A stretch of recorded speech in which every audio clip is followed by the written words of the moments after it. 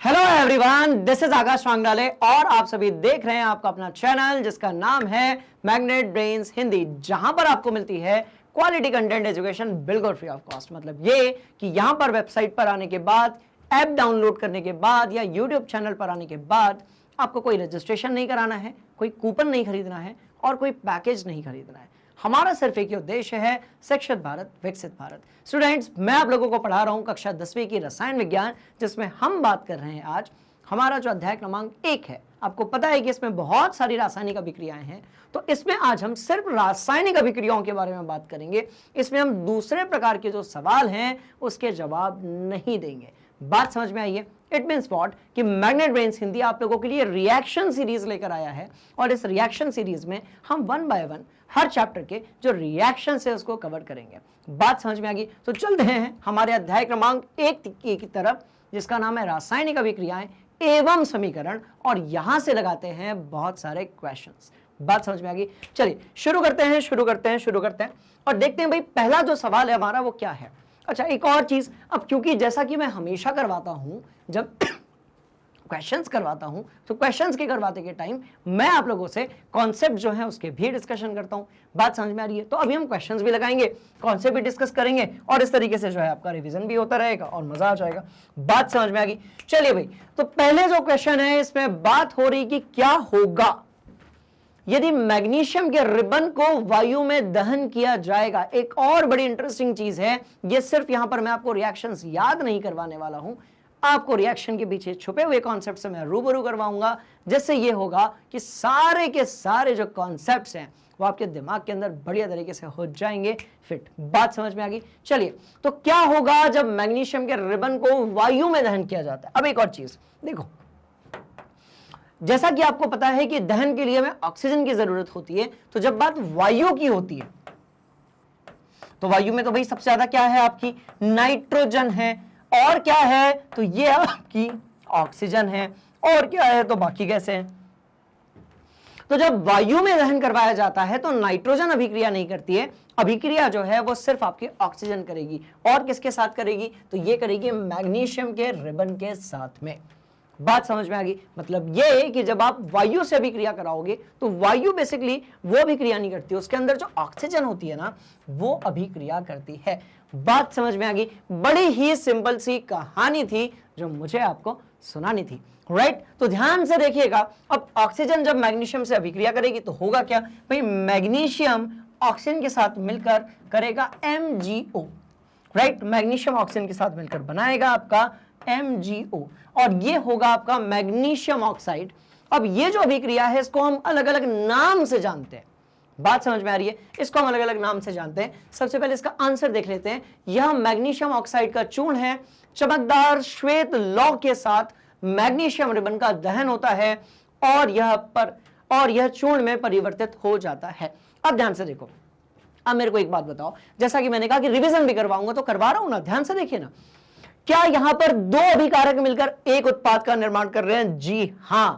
इसका मतलब यह हुआ कि जब दो चीजें मिलकर एक उत्पाद का निर्माण करती हैं, तो यदि हम अभिक्रिया के प्रकार से देखें, बात समझ में आई? यदि हम अभिक्रिया के प्रकार से देखें तो ये जो अभिक्रिया है ये कैसी है? ये संयोजन अभिक्रिया है। यदि हम अभिकारक और उत्पादों की संख्या के लिहाज से देखें तो ये कैसी हमारी संयोजन अभिक्रिया है। क्या बात है? बात समझ में आ रही है? आप बस ध्यान से इस पूरे कॉन्सेप्ट को देखिए। केमिस्ट्री जिसके लिए जानी जाती है, केमिस्ट्री का बेस जो होता है वो केमिकल रिएक्शन होती है। केमिस्ट्री में बहुत सारी केमिकल रिएक्शंस होती हैं, जैसे कि मैथ्स में बहुत सारे सूत्र होते हैं, जैसे कि फिजिक्स में बहुत सारे नियम होते हैं। कुछ इसी तरीके से केमिस्ट्री जानी जाती है रासायनिक अभिक्रियाओं के लिए, है ना? तो सारी चीजों को हम बढ़िया से कवर करेंगे, एक एक चीज आपके दिमाग के अंदर आ जाएगी फिट। तो किसके संदर्भ में बात करेंगे संयोजन अभिक्रिया? तो अभिकारक और उत्पाद के संबंध में। बात समझ में आ रही है? तो अभिकारक और किसके संबंध में बात करेंगे? तो भाई उत्पाद के संदर्भ में बात करेंगे। अभिकारक और उत्पाद की यदि हम बात करेंगे तो ऐसी अभिक्रिया को हम बोलते हैं आपकी संयोजन अभिक्रिया। पर यदि मैं बात करूं किसकी? पर यदि मैं बात करूं कि भैया इसका दहन हो रहा है, बात समझ में आ रही है? तो देखिए, ऑक्सीजन जब किसी चीज से जुड़ता है, राइट, ऑक्सीजन से जुड़ता है और यदि MgO मिलता है और साथ में जो है ऊष्मा निकलती है, ऊष्मा के यदि संदर्भ में हम देखेंगे तो यहां पर हो रहा है दहन। बात समझ में आ गई? तो यहां पर क्या हो रहा है? यहां पर हो रहा है दहन। किसके संदर्भ में देखेंगे? ऊष्मा के संदर्भ में देखेंगे। बात समझ में आ रही है? ऊष्मा के हिसाब से यदि हम देखेंगे तो यह अभिक्रिया जो है ये कैसी हमारी दहन वाली अभिक्रिया है। पर यदि मैं बात करूं तो मैग्नीशियम जो है इसकी ऑक्सीकरण संख्या बढ़ रही है, पर ऑक्सीजन की जो ऑक्सीकरण संख्या है वो कम हो रही है। मैग्नीशियम की जो ऑक्सीकरण संख्या है वो यहां पर कितनी है भाई? 0 है। यहां मैग्नीशियम की ऑक्सीकरण संख्या कितनी है? 0 है। पर यदि हम बात करें तो यहां पर मैग्नीशियम की ऑक्सीकरण संख्या -2 है और ऑक्सीजन की -2 है। तो ऑक्सीकरण संख्या के हिसाब से यदि हम देखें या रेडॉक्स अभिक्रिया के हिसाब से यदि हम देखें तो ये जो अभिक्रिया है, बात समझ में आ गई? ये जो अभिक्रिया है ये पता है कैसी है? ध्यान से देखो, ये अभिक्रिया है आपकी रेडॉक्स अभिक्रिया। तो यह अभिक्रिया कैसी है? तो यह है आपकी रेडॉक्स अभिक्रिया। That's all. तो ये अभिक्रिया जो है आपकी कैसी है? रेडॉक्स अभिक्रिया। क्लियर? तो कहानी बड़ी ही सिंपल है कि संयोजन अभिक्रिया कैसे, अभिकारक उत्पाद को देखोगे, दहन अभिक्रिया कैसे, ऊष्मा को देखोगे। अच्छा, दहन में ना एक और चीज है, ऑक्सीजन का जुड़ना जो है वो भी किस चीज को बता रहा है? आपके ऑक्सीकरण को बता रहा है, राइट? चलिए, तो संयोजन अभिक्रिया भी यही है, दहन अभिक्रिया भी यही है, रेडॉक्स अभिक्रिया भी यही है। बात समझ में आ गई? अब यदि हम इस क्वेश्चन को, इस सीरीज को स्टार्ट नहीं करते तो आप क्या करते? आप सिंपली एक रिएक्शन को ये MgO2 2MgO ऐसा रट लेते, आगे बढ़ जाते। बट इससे ये होता कि आपको फिर वो चीज भूल जाते। पर यदि आप कॉन्सेप्ट्स को साथ साथ लेकर चलोगे तो उससे क्या होगा कि एक के साथ एक कॉन्सेप्ट फ्री, उसके साथ एक और फ्री। बात समझ में आई? तो बेसिकली ये कैसी कहानी है, ध्यान से देखिएगा। ये कहानी कुछ ऐसी है, इसको मैं कैसे बताऊंगा आप लोगों को। तो ये कहानी कुछ ऐसी है। देखो कैसी है। ये है buy one get two free.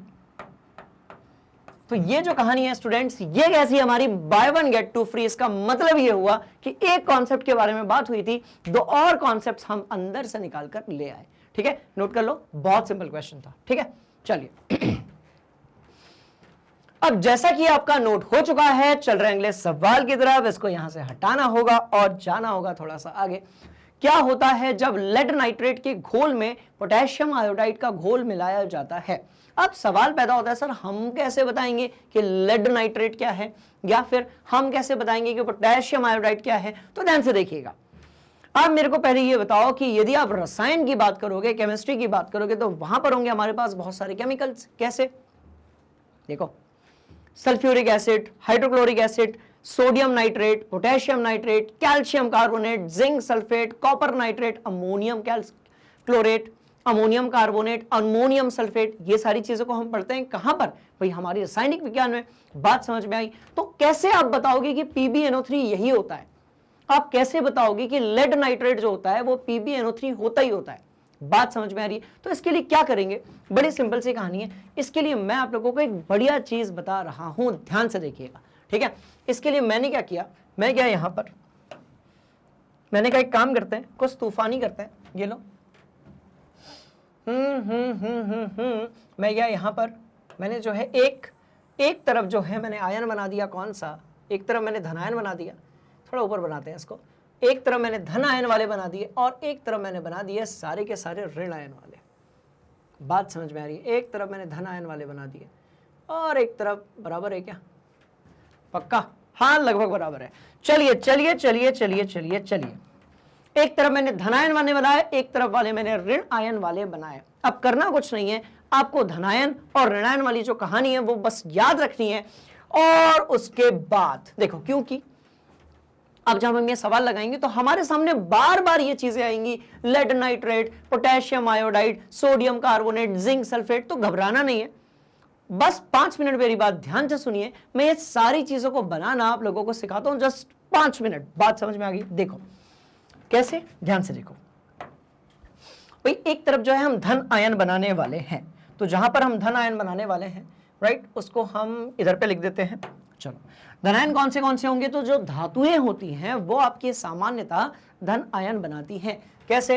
अब जैसे सोडियम की बात होगी तो Na+, अब पोटेशियम की बात होगी तो K+, हाइड्रोजन की बात होगी तो H+, अमोनियम की बात होगी तो NH4+, प्लम्बम यानी कि लेड की बात होगी तो Pb2+, बिस्मथ की बात होगी तो Bi3+, एल्यूमिनियम की बात होगी तो Al3+, कुछ इसी तरीके से Zn को या कॉपर की बात होगी तो Cu2+, Zn की बात होगी तो Zn2+, है ना। और यदि हम किसी की बात करें, कोई बच रहा है क्या? तो जी हाँ, मैग्नीशियम की बात होगी तो Mg2+, और कैल्शियम की बात होगी तो Ca2+। बात समझ में आ गई? इस तरीके से जो है हम बना सकते हैं किसके बारे में बातें? हम बना सकते हैं धनायन। अब चलते हैं किसकी तरफ भाई? ऋणायन की तरफ। अब ऋणायन जो है वो कैसे बनेगा? तो देखो, ऋणायन को बनाना भी बड़ा ही आसान है, ध्यान से आप देखिएगा कैसे होगा। देखो क्या आपने फ्लोरीन की बात सुनी? क्या आपने ऑक्सीजन की बात सुनी? क्या आपने कार्बोनेट आयन की बात सुनी? क्या आपने नाइट्रेट आयन के बारे में बात की? क्या आपने हाइड्रोक्साइड आयन के बारे में बात की? क्या आपने सल्फेट आयन के बारे में बात की? क्या, ध्यान से देखते जाना, बड़ा सिंपल है। क्या आपने फॉस्फेट आयन के बारे में बात की? ठीक है। क्या आपने क्लोरीन आयन के बारे में बात की? क्या आपने ब्रोमीन आयन के बारे में बात की? क्या आपने आयोडीन आयन के बारे में बात की? तो आपको कुछ नहीं करना है, ये एक तरफ आपके ऋणायन है, एक तरफ आपके धनायन है, आपको सबका आवेश जो है ना वो पता रखना है, बस। बात समझ में आ गई? अब क्या बात हो रही है? ये लो, क्या बात हो रही है? Lead nitrate. ठीक है भाई, बनाते हैं लेड नाइट्रेट। कहां है lead? Plumbum, Pb is lead, right. क्या करोगे? बड़ी सिंपल सी कहानी है, क्या करोगे क्या करोगे क्या करोगे? यहां करो, जो भी करना है यहां करो। ठीक है, चलो, तो ये हो गया आपका Pb। कितना लिखा है? 2+। अच्छा, पड़ोस में क्या है? नाइट्रेट है। नाइट्रेट कितना है? NO3 है। NO3 यदि है, राइट, यदि यहां पर NO3 है, कौन सी चीज है? NO3 है, -1 है, तो यहां कितना लिखा है? 1 लिखा है। इधर 2 लिखा है, इधर 1 लिखा है। बात समझ में आ गई? अब क्या करेंगे? तो देखो, कौन सी क्लास, जब आप कक्षा 9वीं में थे तो क्लास 9th में ऐसा कुछ अपन ने देखा था जिसको हम बोलते थे क्रिस क्रॉस मेथड। बस खेल हो गया खत्म। देखो कैसे, तो ये हो गया Pb, यहां पर हो गया NO3, और यहां पर जो है वो क्या आ गया? आपका 2 आ गया। सीधी सी कहानी है कि जो Pb के नीचे लिखा है वो उसके सामने आएगा, जो उसके नीचे लिखा है वो Pb के सामने आएगा। तो भैया Pb के सामने तो 1 आ गया, NO3 के सामने 2 आ गया। नाम क्या होगा? तो बड़ी सिंपल सी चीज है, जो धातु है उसका नाम धातु ही रहता है, पर आपका जो अधातु है या फिर नेगेटिव आयन होते हैं, राइट, इनके जो नाम होते हैं वो एक बार देख लेते हैं। फ्लोरीन का गलत लिखा है ना बच्चों, फ्लोरीन का जो है वो गलत लिखा है, -1 ही होता है, -2 नहीं होता है। Sorry, extremely sorry for that. ऐसा, ठीक है। चलो चलो, काम की बात पर आते हैं। चलो, तो इस तरह fluorine, fluoride ion, oxide ion, carbonate ion, nitrate ion, hydroxide ion, sulphate ion, phosphate ion, chloride ion, bromide ion, और है हमारा आयोडाइड आयन, राइट। अब देखो, अब आपसे कोई कह रहा है कि हम कैल्शियम क्लोराइड बनाना चाहते हैं। हमने कहा बनाओ, जो मने वो बनाओ, कोई फर्क नहीं पड़ता। तो क्या करोगे? बड़ी सिंपल सी कहानी है, ये रहा आपका कैल्शियम Ca2+, ये रहा आपका क्लोरीन, माइनस यहां लिखो 2, यहां पर लिखो 1, और क्या करो? एक एरो यहां लगाओ, एक एरो यहां लगाओ, और इस खेल को थोड़ा सा मजे के साथ आगे बढ़ाओ, और ये हो जाएगा Ca। क्यों? क्योंकि कैल्शियम के आगे 1, तो ये होगा Ca। पर यदि आप बात करोगे किसकी? क्लोरीन की, तो ये होगा आपका 2। कुछ समझ में आया? तो बड़ी ही सिंपल सी कहानी थी जो मुझे आप लोगों को सुनानी थी। बात समझ में आ गई? वो रहा आपका लेड नाइट्रेट, ये रहा आपका कैल्शियम क्लोराइड। इसको हम ऐसे भी लिख सकते हैं। तो ये हो गया आपका क्या? Calcium chloride. ये क्या हो गया स्टूडेंट्स? हमारा कैल्शियम क्लोराइड। बात समझ में आ गई? चलो, अब जो चाहेगा वो बनाएंगे। अब ये क्या बोल रहे हैं? ये लो, पोटेशियम आयोडाइड। ऐसे ऐसे छोटे छोटे कंपाउंड जो हैं उसको हम यूं ऐसे चुटकी बजाकर बनाएंगे, पोटेशियम आयोडाइड। ध्यान से देखना, इसको मिटाऊं? पक्का। चलो, ये कैल्शियम क्लोराइड हो गया, इसको मिटाता हूं यहां से। बात करेंगे किसकी?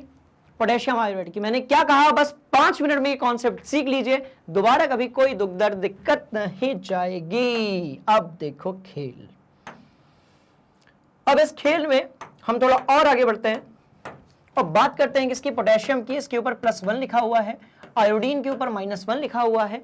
आपका जो पोटेशियम है वो है 1, आयोडीन जो है आपकी वो है आपकी वो भी 1। देखो ना, प्लस है तो +1 है, माइनस है तो -1 है। 1 को नहीं लिखते हैं, 2 3 को अपन लिखते हैं। चलो अब क्या करोगे, तो भैया ये रही कहानी, ये रहा आपका Ki and this is your potassium iodide. अब आपके समझ में आया होगा कि क्यों आपका NaCl जो होता है वो होता है सोडियम क्लोराइड।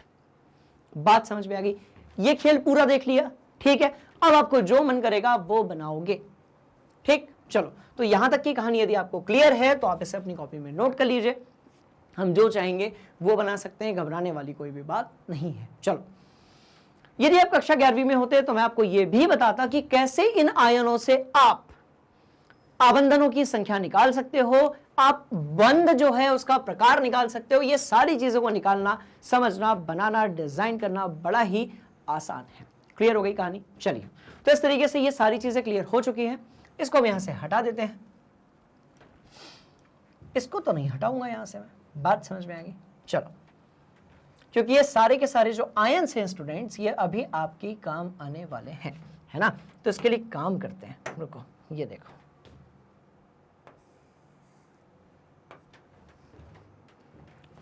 मजा नहीं आया, मजा नहीं आया, मजा आया क्या? नहीं आया यार, मजा नहीं आया, मजा नहीं आया।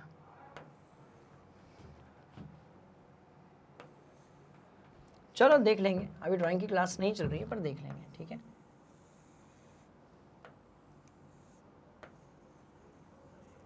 क्या ये कहानी आपको क्लियर है? बोलिए यस सर, बात समझ में आ गई। तो कुछ ऐसे ही एक्सप्रेशन आपके होने चाहिए जब इस कॉन्सेप्ट को हम बहुत बढ़िया तरीके से क्या कर लेंगे, तो हम जो है इसको खत्म कर लेंगे। और ये है आप, ये है आप। अब चलते हैं सवाल की तरफ, ठीक है। चलो आ जाओ, क्या बात हो रही है? बात हो रही है आपके लेड नाइट्रेट और पोटेशियम आयोडाइड की अभिक्रिया को करवाया आपने, तो इससे हुआ क्या, ठीक है। तो ध्यान से देखिए भाई, आपका जो लेड नाइट्रेट है वो क्या है? ये एक प्रकार का लवण है। पोटेशियम आयोडाइड है, ये भी एक प्रकार का क्या है? आपका लवण है। लवण क्या होता है वो समझाता हूं। देखो, क्या आपको इस तरफ धातुएं दिख रही हैं? बोलिए यस सर। क्या इस तरफ आपको ऋणायन दिख रहे हैं? किसी भी धातु के साथ कोई भी ऋणायन लगा यदि होगा OH को छोड़कर, सुनो ध्यान से, किसी भी धातु के साथ कोई भी ऋणायन यदि लगा होगा OH को छोड़कर, तो वो होगा आपका लवण। बात समझ में आई? अब देखो, अब देखो हुआ क्या, ध्यान से देखो, बड़ी इंटरेस्टिंग कहानी है। देखो यहां Pb है और यहां पोटेशियम है। अब आपका क्या होगा, ध्यान से देखिएगा, जो पोटेशियम है ना सक्रियता श्रेणी में ना, उसकी वो सबसे ऊपर आता है, तो पोटेशियम की सक्रियता ज्यादा है, Pb यानी कि प्लम्बम यानी कि लेड की सक्रियता कम है। तो पोटेशियम ने क्या किया पता है आपको? पोटेशियम ने उसके साथ बिल्कुल भी अच्छा नहीं किया, उसने उसका नाइट्रेट आयन खींच लिया और अपना जो आयोडीन आयन है वो दे दिया किसको? वो दे दिया लेड यानी कि प्लम्बम को। अब हुआ क्या, ध्यान से देखो, हुआ क्या, इसका आयोडीन इधर लग गया, इसका NO2 उधर लग गया। देखो लगा क्या? बिल्कुल लगा। इसका मतलब ये जो अभिक्रिया थी, ये कैसी अभिक्रिया थी? ये थी आपकी द्विविस्थापन अभिक्रिया। ये अभिक्रिया कैसी थी स्टूडेंट्स? ये थी आपकी बात समझ में आई? ये अभिक्रिया कैसी थी? तो ये थी आपकी द्विविस्थापन अभिक्रिया। तो ये थी आपकी द्विविस्थापन अभिक्रिया, दैट्स ऑल। तो ये थी आपकी द्विविस्थापन अभिक्रिया। कैसी थी? द्विविस्थापन आपकी अभिक्रिया थी। अभिक्रिया की अभिक्रिया देख ली और हमने ये देखा कि नाइट्रेट का आयन निकला आयोडीन की जगह पर, आयोडीन का आयन निकला नाइट्रेट की जगह पर, राइट स्टूडेंट्स? ये वही आयोडीन है जिसका खाने के नमक में होना बहुत जरूरी है, क्योंकि यदि आयोडीन नहीं हुआ तो नमक में यदि आयोडीन नहीं हुआ तो उसकी कमी से हमें जो है घेंगा रोग हो सकता है। बात समझ में आई? चलिए और आगे बढ़ेंगे। इजी या मुश्किल मुझे प्लीज आप कमेंट बॉक्स में बताइएगा, राइट? क्योंकि जिस तरीके से हमने ये चीज बनाई है ना, इससे पता है आपको क्या होगा, इससे आप सारे के सारे क्या बना सकते हो, सारे के सारे आप कोई भी इंटरेस्टिंग बात पता है क्या आपको, आप यहां से 4 चीजें बना सकते हो, इनफैक्ट आप यहां से 3 चीजें बना सकते हो। अब सुनो मेरी बात ध्यान से, ये अकेली ऐसी चीज है जो हर चैप्टर में आती है, बात समझ में आ गई, ये अकेली चीज ऐसी है जो हर चैप्टर में आती है। आप यदि इस वीडियो को देख रहे हैं तो आपने ऑलमोस्ट सारे चैप्टर्स पढ़ लिए होंगे, नहीं पढ़े हैं तो प्लीज आप उसे पढ़ लीजिए। कितने चैप्टर्स हैं? 5। बात समझ में आ गई? कौन से? रासायनिक अभिक्रियाएं और समीकरण, अम्ल, क्षारक और लवण, धातु, अधातु, कार्बन उसके यौगिक और परमाणु आपके तत्वों की आवर्ती वर्गीकरण, राइट। अब यहां से आप कुछ भी बना सकते हो और वही हमारे आसपास की चीज है। आप पता है यहां से लवण बना सकते हो, आप पता है यहां से अम्ल बना सकते हो, आप पता है यहां से क्षार बना सकते हो, जो लवण होते हैं उसी को अपन सोडा कहते हैं, आप पता है यहां से सोडा बना सकते हो। तो लवण, अम्ल, क्षार, सोडा, आप सारी जो चीजें हैं इनसे मिलकर बना सकते हो। और ये हर बार जब भी कोई चैप्टर आपका चलता है तो मैं हर चैप्टर में ऑलमोस्ट आपको ये चीज बताता हूं, जरूरत पड़ेगी तो यहां भी करेंगे, ठीक है। चलिए अब यहां चलते हैं और इसको हटाते हैं और चलते हैं अगले सवाल की तरफ, है ना। क्या होगा जब दानेदार जस्ते पर तनु हाइड्रोक्लोरिक अम्ल डाला जाता है? अब ध्यान से इस बात को सुनो, ठीक है। अब ये जो क्वेश्चन है ना, ये क्वेश्चन इसके बाद के 2 चैप्टर्स में आप लोगों से बात की जाएगी इसके बारे में। पहला, अम्ल, क्षारक और लवण। क्यों? क्योंकि क्या लिखा है, देखो ना, अम्ल लिखा हुआ है, बात समझ में आ रही है। तो ये जो है बेसिकली आपके 3 चैप्टर्स में पूछा जाएगा। पहला जो कि अभी हम पढ़ रहे हैं, दूसरा अम्ल, क्षारक और लवण, और क्या बात हो रही है, जस्ता। और जस्ता क्या है, बात समझ में आई? तो कुल मिलाकर कहानी इतनी सी है कि हर चीज यहां पर रिपीट हो रही है। अकेला ऐसा सब्जेक्ट है जिसमें पहले चैप्टर की चीज दूसरे में है, 2 बार पढ़नी है, फिर दूसरे की तीसरे में भी है, 3 बार पढ़नी है। कैसे पढ़नी है? अरे भाई, जब अम्लों की अभिक्रियाओं की बात करेंगे तो भी पढ़ेंगे, जब धातु की अभिक्रिया की बात करेंगे तो भी पढ़ेंगे, और जब अभिक्रिया के प्रकार की बात करेंगे तो भी हम पढ़ेंगे। क्या होता है जब दानेदार जस्ते को तनु HCl यानी कि हाइड्रोक्लोरिक अम्ल में डाला जाता है, तो उस समय पर बेसिकली होता क्या है? तो ध्यान से देखो क्या होता है। देखो तो इसके बाद इसको मैं 2 और चैप्टर्स में सेम रिएक्शन को आपको पढ़ाने वाला हूं। बड़ी सिंपल सी कहानी है, ध्यान से देखिएगा। जब मैं Zn को मिलाता हूं HCl के साथ में, ठीक है, तो मुझे क्या मिलता है? मुझे मिलता है ZnCl2, धन मुझे मिलती है हाइड्रोजन गैस, और साथ में मुझे मिलती है ऊष्मा, और साथ में मुझे क्या मिलती है भाई? ऊष्मा मिलती है।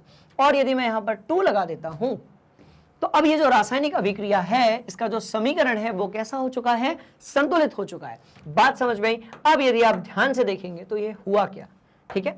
अब देखो, अब यदि आप इस अभिक्रिया को लिखने की कोशिश करेंगे तो ये हो जाएगी भाई धातु, धातु के साथ क्या हुआ? ये हो गया आपका अम्ल। धातु और अम्ल को जब आपस में आपने मिलाया तो आपको क्या मिला? तो आपको मिला लवण यानी कि सॉल्ट, और साथ में कौन सी गैस मिली? तो हाइड्रोजन गैस मिली। और निकल कर क्या आई बाहर? तो भाई ऊष्मा जो है वो बाहर कर निकल कर आई। तो ये तो आपने धातु और अम्ल के संदर्भ में देख लिया, पर कुछ और भी हुआ क्या? हाँ बिल्कुल हुआ। जिंक का कहना है कि भैया मेरे को क्लोरीन में इंटरेस्ट है, जिंक ने क्लोरीन को अपनी तरफ खींच लिया और हाइड्रोजन अलग हो गया। तो क्या ये एक प्रकार की विस्थापन अभिक्रिया नहीं हुई? क्या कहते हो? क्या एक प्रकार की विस्थापन अभिक्रिया नहीं हुई? बिल्कुल हुई। अब ध्यान से देखो, एक अभिक्रिया 3 अध्याय एक बार में ही रिवीजन, और ये हो गई आपकी विस्थापन अभिक्रिया, राइट। तो ये क्या हो गई स्टूडेंट्स? ये हो गई आपकी विस्थापन अभिक्रिया। कहानी समझ में आ गई? एकदम सिंपल 3 कहानी यहां पर पूछी गई है। तो विस्थापन अभिक्रिया हो गई, और क्या हुआ? धातु जब अम्लों के साथ मिलते हैं तो लवण, हाइड्रोजन गैस और ऊष्मा जो है इसका क्या करते हैं भाई? निर्माण करते हैं। चलिए थोड़ा सा इसको लिखोगे कैसे उसको समझ लेते हैं। जब दानेदार जस्ता, दानेदार क्यों लिया जाता है? बड़ी सिंपल सी कहानी। यदि आप उसकी प्लेट लेंगे, इतनी बड़ी प्लेट लेंगे, पट्टी लेंगे, तो क्या होगा? रिएक्शन जो आपकी होगी ना वो थोड़ी सी कैसी हो जाएगी? स्लो हो जाएगी। बात समझ में आ रही है? तो करना क्या है, अपने को लेनी है दानेदार, क्योंकि आपको ये पता है कि जितना ज्यादा सतह का क्षेत्रफल होगा, बात समझ में आ रही है, उतना ज्यादा क्या होगा, रिएक्शन जो है जल्दी होगी। दानेदार जस्ता लोगे, रिएक्शन जल्दी होगी। ठीक है, लिखा हुआ है। जिंक क्लोराइड का निर्माण होता है और हाइड्रोजन गैस के जो बुलबुले हैं वो निकलते हैं शंक्वाकार फ्लास्क, कॉनिकल फ्लास्क इसको हम कहते हैं, और वो कैसा हो जाता है, आपका गर्म हो जाता है, जो कि दर्शाता है कि यह एक प्रकार की कौन सी अभिक्रिया है, ऊष्माक्षेपी अभिक्रिया है। सवाल पैदा होता है कि सर ऊष्माक्षेपी काहे, क्योंकि इसमें से ऊष्मा जो है वो बाहर निकल रही है। बात समझ में आ गई, क्योंकि ऊष्मा बाहर निकल रही है। क्योंकि ऊष्मा यदि बाहर निकल रही है, इसका मतलब क्या, यदि ऊष्मा बाहर निकल रही है इसका मतलब है कि ये जो अभिक्रिया है ये कैसी अभिक्रिया है, तो ये है आपकी ऊष्माक्षेपी। बात समझ में आ गई? तो ये अभिक्रिया जो है स्टूडेंट्स, ये कैसी कैसी कैसी कैसी होगी, तो ये होगी आपकी ऊष्माक्षेपी अभिक्रिया। तो कुल मिलाकर बात ऐसी है कि यदि इस अध्याय के आपने सारी रिएक्शंस लगा डाली, तो इसके बाद के जितने भी चैप्टर्स हैं उसका बहुत सारा रिवीजन आपका इधर पे ही हो जाएगा। बढ़िया से नोट करो, बहुत सिंपल क्वेश्चन था। बढ़ रहे हैं अगले सवाल की तरफ। ठीक है, किया नोट पक्का? चलो मैं हट जाता हूं, नोट कर लो, हटाया। अगले सवाल की तरफ चले, इसको पढ़िए और इसके पीछे छुपे हुए कॉन्सेप्ट को अपनी कॉपी में लिखिए। चलिए, तो सवाल जो है वो बड़ा ही सिंपल है, एकदम आसान सा क्वेश्चन है कि क्या होगा जब जल के साथ कैल्शियम ऑक्साइड की अभिक्रिया होगी। अब ये कैल्शियम ऑक्साइड केमिस्ट्री के लिए है, बात समझ में आ रही है? इसको ना हम लोग बोलते हैं चूना, क्या बोलते हैं, चूना। तो केमिस्ट्री के लिए ये जो चीज है ये आपकी कैल्शियम ऑक्साइड है, बट इसको हम बोलते हैं चूना। बात समझ में आ रही है? अब ये जो चूना रहेगा, राइट, जब ये जल के साथ अभिक्रिया करेगा तो होगा क्या? ठीक है, तो जितने स्टूडेंट्स ऐसे हैं जिन्होंने घर में कभी ना कभी सहायता की है दिवाली के समय पर घर की पुताई करने में, उनको पता होगा कि चूने को पहले पकाया जाता है। मतलब ये कि आपका जो चूना रहेगा पहले उसको जल के साथ मिलाओगे, फिर उसको गर्म करोगे, उसको पकाओगे। बात समझ में आ गई? तो क्या होता है, ध्यान से देखिएगा, जब CaO यानी कि चूने को आप H2O यानी कि जल के साथ अभिक्रिया कराते हो, बात समझ में आ रही है, तो निर्माण होता है CaOH2 और साथ में निकलती है बहुत सारी ऊष्मा। साथ में जो है बहुत सारी क्या निकलती है, साथ में निकलती है बहुत सारी ऊष्मा। बात समझ में आ रही है? अब बहुत सारी ऊष्मा यदि साथ में निकल रही है, इसका मतलब क्या है और यहां पर हुआ क्या? तो दो तीन चीजें। सबसे पहले ध्यान से देखिए, यह धातु का एक ऐसा ऑक्साइड है जो कि क्षारीय है। बात समझ में आ रही है? क्षारक नहीं है, कैसा है, तो यह आपका क्षारीय ऑक्साइड है। अब यह आपका क्षारीय ऑक्साइड यदि है, राइट, तो यह आपका क्षारीय ऑक्साइड है। क्षारीय ऑक्साइड जल के साथ अभिक्रिया कर हमेशा जो है वो क्या बनाते हैं, क्षारक बनाते हैं। कहने का मतलब ये कि इस अभिक्रिया को ऐसा का ऐसा हम इसके बाद वाले चैप्टर में भी पढ़ेंगे। बात समझ में आ गई? सिंपल सी कहानी। अब दूसरी बात कि जब किसी क्षारीय ऑक्साइड को आप जल के साथ अभिक्रिया कराते हो, तो उस कंडीशन में आपको जो चीज मिलती है वो मिलता है क्षारक। क्या मिलता है? आपको जो भी चीज मिलती है उसको आप क्या बोलते हो, क्षारक बोलते हो। बात समझ में आ गई? चलिए भाई, तो ये चीज आपको मिल गई। अब क्या होगा, और साथ में निकलती है ऊष्मा। इसका मतलब ये हुआ कि ये एक प्रकार की ऊष्माक्षेपी अभिक्रिया हुई। ये कहानी भी समझ में आ गई होगी आपके, राइट। तो ये किस प्रकार की अभिक्रिया हुई, तो उसको भी अपन लिखेंगे, पर ऐसे नहीं लिखेंगे, हम ऐसे लिखेंगे। ऊष्मा हमारी अपनी अपनी स्टाइल है। बात समझ में आ रही है? तो हमारी जो है अपनी स्टाइल है, और ये होगी ऊष्माक्षेपी अभिक्रिया। ये क्या चीज होगी स्टूडेंट्स? ये होगी आपकी ऊष्माक्षेपी अभिक्रिया, एक ऐसी अभिक्रिया जिसके होने पर ऊष्मा जो है वो बाहर आती है। बात समझ में आ गई? ध्यान से देखिए, अब बात क्लियर है? तो अच्छा, एक मजे की बात ये यहां पर जो है थोड़ी सी एक्स्ट्रा साइंस है। अब एक बात बताइए, क्या ऊष्मा बाहर निकल गई? अब कॉमन सेंस वाली बात है, यदि किसी चीज को मैं जलाऊंगा तो उसके बाद ऊष्मा बाहर निकल जाएगी, तो जो चीज बचेगी वो क्या होगा? लकड़ी को आपने जलाया, ऊष्मा बाहर निकल गई, अब लकड़ी जो है, राइट, अब वो राख बन गई, ऐसा कुछ हुआ। तो यहां पर ऐसा नहीं होता कि हम उसे राख कहते हैं, हम इसे क्या कहते हैं, बिना बुझा हुआ चूना। ध्यान से देखो, ठीक है, ये जो चीज होती है ना, इसको हम लोग क्या बोलते हैं, हम इसको बोलते हैं बिना बुझा हुआ चूना, बिना बुझा हुआ चूना। और उधर वाली जो चीज है उसको हम क्या बोलते हैं, बुझा हुआ चूना, क्योंकि ये बनने पर ऊष्मा बाहर निकल गई। तो इसे हम क्या कहते हैं स्टूडेंट्स, इसे हम कहते हैं बुझा हुआ चूना।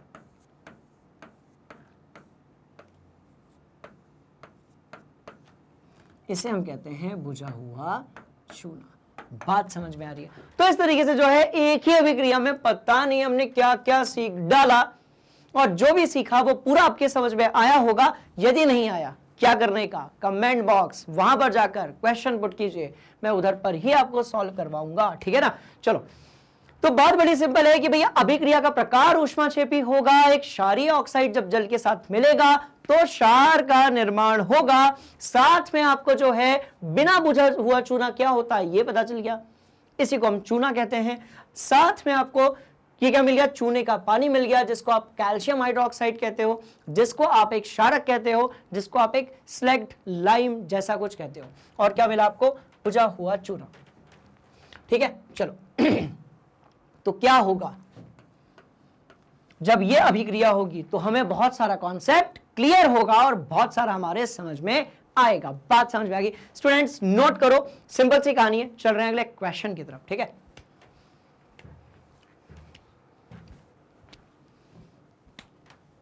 कर लिया, एकदम इजी। अगला सवाल आपके स्क्रीन पर, फेरस सल्फेट के क्रिस्टल को गर्म करने पर क्या होगा? क्या है ये फेरस सल्फेट? बात समझ में आई? फेरस सल्फेट के क्रिस्टल को आप जब गर्म करोगे तो क्या होगा? बड़ी सिंपल सी कहानी है। देखिए, फेरस सल्फेट का क्रिस्टल यहां जो लिया गया है उसमें जल हमने नहीं लिया।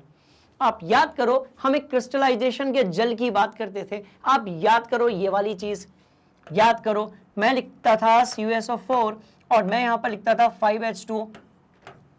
और याद करो, आप लोग कमेंट बॉक्स में बताया करते थे कि सर क्रिस्टलन का जल 5 होगा। बात समझ में आई? कुछ ऐसे ही मैं लिखता था CaSO4 और साथ में मैं लिखता था 1/2 H2O।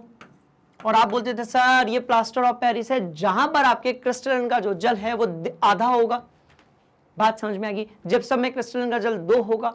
तो ये क्रिस्टलन का जल वाला नहीं है, ये नॉर्मल आपका FeSO4 है, इसीलिए इसमें हम ऐसा नहीं लिखेंगे, इसीलिए इसमें हम FeSO4.7H2O नहीं लिखेंगे, इसीलिए इसमें हम FeSO4.7H2O नहीं लिखेंगे स्टूडेंट्स। हम सिर्फ जो है क्या लिखेंगे, FeSO4 लिखेंगे। इंटरेस्टिंग बात क्या है, क्या बोलेगा, फेरस सल्फेट बनाना सिखाता हूं। फेरस सल्फेट ना मानकर चलते हैं। अब देखो एक बात बताओ, ये यहां पर इतना सा आपका सवाल दिया है, फेरस सल्फेट को गर्म करोगे तो क्या होगा? अब कितना रटोगे? बात समझ में आई? इसलिए एक काम करते हैं, सीख लेते हैं, जैसा कि स्टार्टिंग में हमने सीखा, राइट, कि फेरस सल्फेट का सूत्र क्या होगा, अभी तो मैंने बता दिया। आप कैसे करोगे? तो ये रही कहानी। कहां है फेरस यानी कि आयरन? तो आयरन नहीं दिख रहा है, उसको पड़ोस में मैं यहां पर लिख देता हूं Fe2+। सल्फेट वहां पर दिख रहा है मुझे SO4।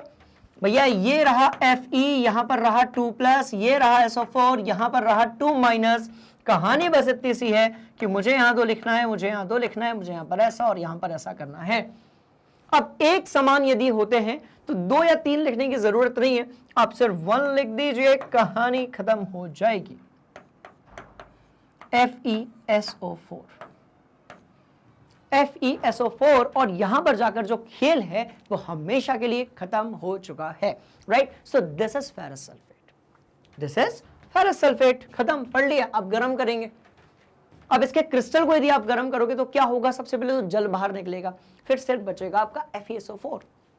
अब इसको और गर्म करेंगे तो क्या होगा? आपको मिलेगा फेरिक ऑक्साइड, राइट, आपको मिलेगा सल्फर डाइऑक्साइड, और आपको यार 2 सल्फर डाइऑक्साइड थोड़ी मिलेंगे, सल्फर ट्राइऑक्साइड।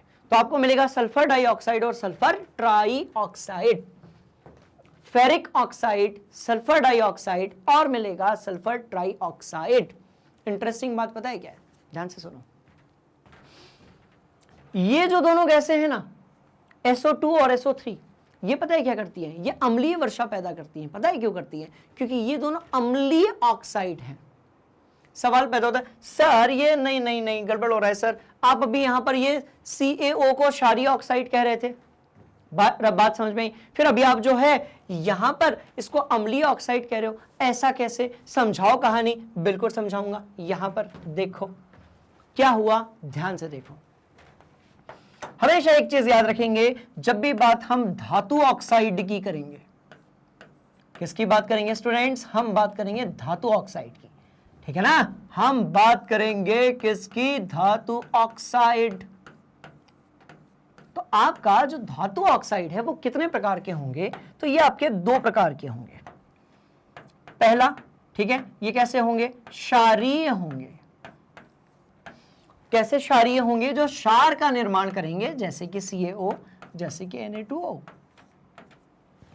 जल के साथ अभिक्रिया कराइए, पक्का पक्का आपको क्षार मिलेगा। देखते हैं, जैसे कि CaO की आपने H2O से अभिक्रिया अभी करवाई थी, क्या मिला? Ca। कितना रटोगे? नहीं रट सकते। कितना समझोगे? पूरा समझोगे, राइट।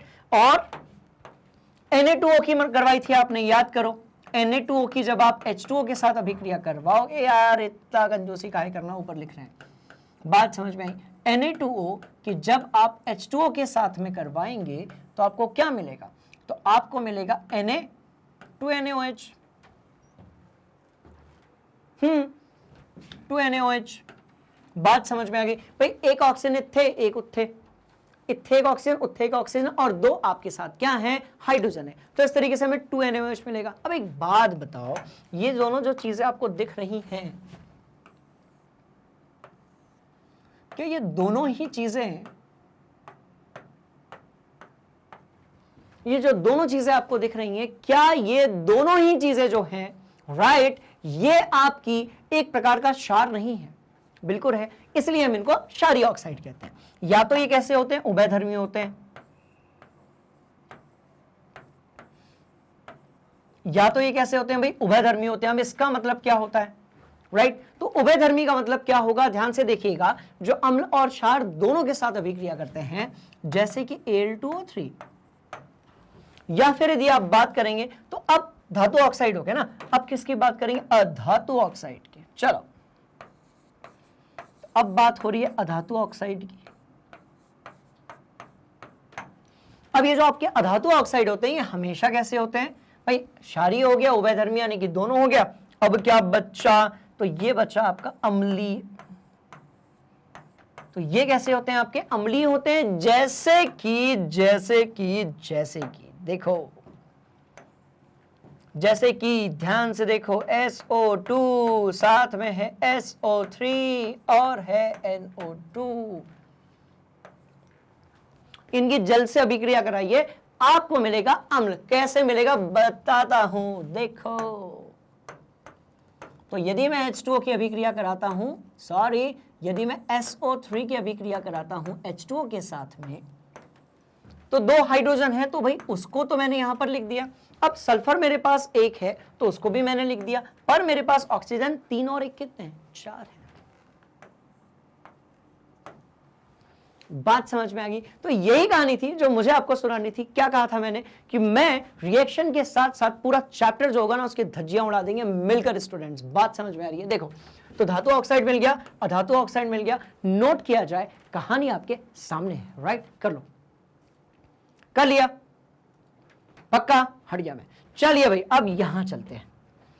तो SO2 और SO3 जो हैं वो किस प्रकार के? अम्लीय ऑक्साइड हैं, अम्लों का निर्माण करते हैं। तो जब ये अभिक्रिया होती है तो हमें फेरिक ऑक्साइड मिलता है साथ में। अच्छा, ये भी उभयधर्मी है, और ये दोनों आपको कैसे मिलते हैं? अम्लीय ऑक्साइड मिलते हैं। बात समझ में आ गई? तो क्या होगा, ध्यान से देखिएगा इस सवाल में। फेरस सल्फेट की क्रिस्टल को जब तेजी से गर्म किया जाता है तो यह फेरिक ऑक्साइड सल्फर डाइऑक्साइड और सल्फर ट्राइऑक्साइड में वियोजित हो जाता है। तो यदि हम इस अभिक्रिया के प्रकार की बात करें तो ये क्या होगी? वियोजन अभिक्रिया, जहां पर आपका एक अभिकारक 2 या उससे ज्यादा उत्पादों में टूट जाता है, राइट? तो ये हो गई आपकी वियोजन अभिक्रिया। क्या बात है, ऐसा नहीं लग रहा कि एक ही चीज में सब कुछ आ गया? यदि हम बढ़िया से क्वेश्चंस लगाए तो सब दिमाग में फिट हो जाएगा। तो ध्यान से देखो, एक अभिकारक कई चीजों में टूट रहा है, इसीलिए हम इसे बोलते हैं वियोजन अभिक्रिया। तो हम इसे क्या बोलेंगे स्टूडेंट्स? हम इसे बोलेंगे वियोजन अभिक्रिया। That's all. हम इसे क्या बोलेंगे? ये होगी एक प्रकार की वियोजन अभिक्रिया। टिप लो। कर लिया? पक्का जी? ठीक, आगे बढ़ेंगे। इस अभिक्रिया में एक अभिलाक्षणिक विशिष्ट गंध क्यों निकलती है? किस अभिक्रिया में? इस अभिक्रिया में। हाँ, अच्छा, वो कनेक्टेड है। ओके, सल्फर के दहन के कारण, मतलब ये जो तीक्ष्ण गंध होती है ये होती है क्योंकि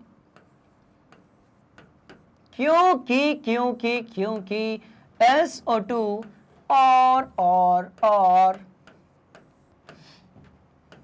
SO3 याद रहे बराबर लिखने हैं, क्योंकि सल्फर और ऑक्सीजन दोनों ही जो हैं का निर्माण होता है। बस क्या होता है? निर्माण होता है। क्योंकि इसका क्या होता है? निर्माण होता है, इसलिए SO3 और SO2 जो है वो दोनों कैसे होते हैं? बाहर निकलते हैं। क्लियर? इजी? सब कुछ बहुत बढ़िया? हाँ जी, सब कुछ बहुत बढ़िया। बढ़ेंगे आगे। चलो अगला सवाल ये है, फेरस सल्फेट का रंग गर्म करने पर क्यों परिवर्तित हुआ? क्योंकि गर्म करने पर फेरस सल्फेट का क्रिस्टल का जो जल था वो त्याग गया। अब ये क्या होता है? ध्यान से देखो, मैं ना आपको एक बढ़िया वाले 2 उदाहरण देता हूं।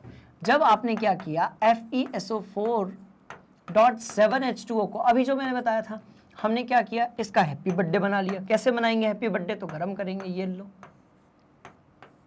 इसका हैप्पी बर्थडे बना लिया। जब इसका हैप्पी बर्थडे बनाया तो जल इसमें से बाहर निकल गया और हमें मिला FeSO4।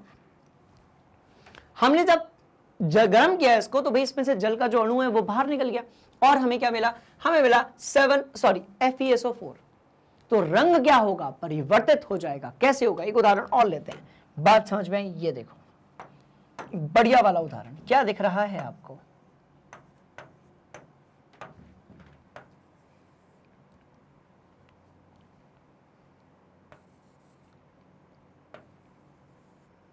आपको पता है ये नीले कलर का होता है, इसलिए इसको नीले ही कलर से बनाया मैंने। पर यदि आप इसका भी हैप्पी बर्थडे मनाओगे, तो ये हो जाएगा आपका, पता है कैसा? ये देखो, मैं बताता हूं आपको कैसा।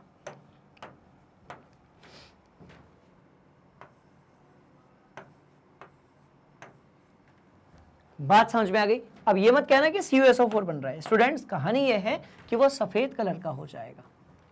कहानी ये है कि वो किस कलर का हो जाएगा? ये सफेद कलर का हो जाएगा, मतलब इसमें कोई भी रंग नहीं रहेगा। बात समझ में आई? अब सफेद रंग कैसे बनाता मैं यहाँ पे? तो मैंने सोचा पहले काला बना लेते हैं और फिर ऐसा। तो CuSO4 का कोई भी रंग नहीं होता, पर CuSO4.5H2O का होता है नीला रंग। मतलब बड़ी सिंपल सी कहानी है कि ये जो है आपका नीला होता है, इसको हम नीला थोथा भी कहते हैं, ब्लू विट्रियोल भी कहते हैं। और ये कैसा होता है? रंगहीन होता है, सफेद भी नहीं होता, ये होता है रंगहीन। मतलब ये कि जब आपने इसको भी गर्म किया तो इसके अंदर से जल के जो अणु थे वो बाहर निकल गए। क्रिस्टलिन का जो जल था, इसका 5 था, जल के अणु बाहर निकल गए और जो है ये बन गया आपका रंगहीन CuSO4।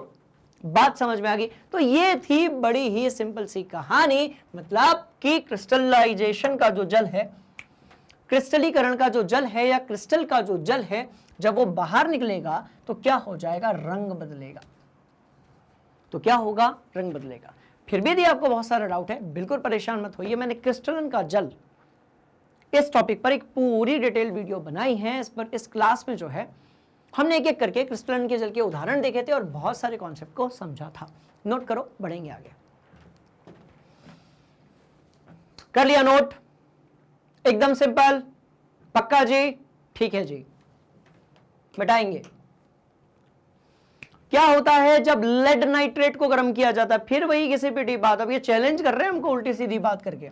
लेड नाइट्रेट को गर्म किया जाता है ना, रुको, लेड नाइट्रेट मत देखना उधर, लेड नाइट्रेट देखना ही मत, फॉर्मूला ये बनाएंगे अभी, सामने से बनाएंगे, राइट, सामने से बनाएंगे। देखो आज केमिस्ट्री के साथ दो दो हाथ कर रहेंगे बच्चों, बिल्कुल घबराओ नहीं, ठीक है। तो लेड नाइट्रेट, लेड क्या है तो प्लम्बम है, Pb2+ है, नाइट्रेट क्या है तो NO3 2 माइनस -1 है, तो उसमें गड़बड़ हो जाती है कभी कभी, राइट। तो उधर पे Pb2+ है और इधर पे क्या है आपका NO3- है। अब यहां कितना 2, यहां कितना 1, और क्या होगा एरो, और क्या होगा तो बड़ी सिंपल सी कहानी है, क्या होगा Pb और यहां पर आएगा आपका NO3 और आ जाएगा 2।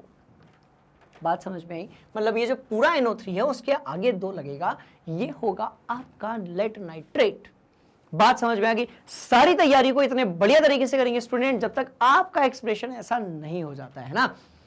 तो ये क्या हो गया, तो ये हो गया आपका लेड नाइट्रेट, सिंपल सी कहानी थी, बन गया। चलो सवाल की तरफ, जब लेड नाइट्रेट को गर्म करेंगे तो क्या होगा, फिर से वही बात। अब एक बात बताओ, ठीक है, फिर से लेड नाइट्रेट जो है उसको ताप दिया जा रहा है, तो ये परिवर्तित किस में हो रहा है 2PbO में, 4NO2 में और ऑक्सीजन में, राइट। इसका मतलब ये कि फिर से जो है ये कैसी वियोजन अभिक्रिया हो रही है, फिर से जो है ये डिकम्पोजिशन या वियोजन अभिक्रिया हो रही है, जिसमें आपका जो एक अभिकारक है वो 2 या उससे ज्यादा उत्पादों में परिवर्तित हो रहा है, ठीक है।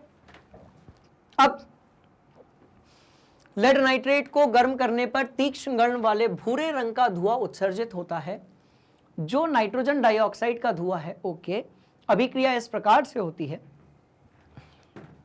और आपका जो भूरे रंग का लेड ऑक्साइड है PbO अवशेष के रूप में वहीं रहता है। तो देखो ये सॉलिड है यानी कि ये ठोस है, ये आपका गैस है और ये जो है ये भी आपका गैस है। बात समझ में आई, तो ये दोनों गैस है और ये आपका कैसा है तो भाई ये है आपका ठोस। समझ में आई, सिंपल सी कहानी नोट किया जाए। कर लिया, आगे बढ़ेंगे। क्या होता है जब जल का विद्युत अपघटन किया जाता है, सवाल पैदा होता है कि सर थोड़ा सा विद्युत अपघटन के बारे में बता दो। बिल्कुल बताएंगे, सिंपल सी कहानी है, ठीक है। दुनिया की कोई भी चीज जिसका विलयन, कोई भी चीज जिसका विलयन जो है जल विद्युत की उपस्थिति में आयंस में टूट जाता है, या दुनिया की ऐसी कोई अभिक्रिया जो कि विद्युत की उपस्थिति में होती है, उसको हम क्या बोलते हैं, ऐसा अपघटन जो विद्युत की परिस्थिति में उपस्थिति में होता है। कैसे, देखो समझते हैं इस कहानी को, ध्यान से देखो। अब भाई आपके पास यहां पर दिया हुआ है जल, ठीक है, कौन सी अवस्था में, हाँ, और आपने यदि इसको ऊष्मा दिया और ऊष्मा देने के बाद यदि आपको क्या मिला, तो देखो इसको आप ऊष्मा दोगे तो आपको H2O मिलेगा, पर कौन सी अवस्था में, गैसीय अवस्था में।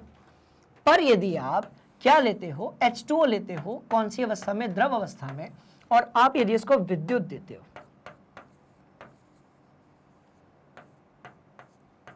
राइट, आप यदि इसको क्या देते हो, विद्युत देते हो, तो इससे क्या होगा, ये बन जाएगा H2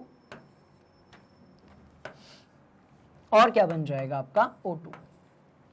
बात समझ में आ रही है। तो क्या अपघटन नहीं हुआ, बिल्कुल हुआ। तो यहां पर जो है स्टूडेंट्स क्या हुआ, तो यहां पर हुआ आपका वियोजन। चलो यहां तक भी ठीक है, यहां पर जो है आपका हुआ वियोजन। और ये जो अपघटन हुआ, भाई अपघटन हुआ ना, एक आपका जो अभिकारक है वो 2 उत्पाद में टूट रहा है, तो इसका मतलब अपघटन भी हुआ। अब ये जो अपघटन हुआ ना, ये अपघटन है आपका विद्युत अपघटन। ये जो अपघटन है ये कैसा है आपका स्टूडेंट्स, ये आपका विद्युत अपघटन है। बात समझ में आ गई, सिंपल सी कहानी है। तो जब भी आप जल का विद्युत अपघटन करोगे तब आपको मिलेगा H2 और साथ में क्या मिलेगा, O2। पर याद रहे जो आपका आसुत जल होता है, डिस्टिल वाटर होता है, यानी कि एकदम ही प्योर H2O होता है, उसका विद्युत अपघटन नहीं होता है। उसके लिए आपको इसमें कुछ एक बूंद जो है HCl के H2SO4 के डालने पड़ेंगे, कुछ बाहर से आप आयन लेकर आओगे, तब इसका हो पाएगा आपका विद्युत अपघटन। बात समझ में आ गई, बड़ी सिंपल सी कहानी है, इसको अपनी कॉपी में नोट कर लो। चलो कर लिया, अब यहां पर आते हैं, ध्यान से देखिएगा। जल और ऑक्सीजन में अपघटित हो जाता है, जल हाइड्रोजन और ऑक्सीजन में अपघटित हो जाता है, यहां पर आ जाएगा कॉमा। एनोड पर ऑक्सीजन और कैथोड पर हाइड्रोजन गैस एकत्रित हो जाती है, जिनका आयतन 1:2 में होता है, बिल्कुल सही है।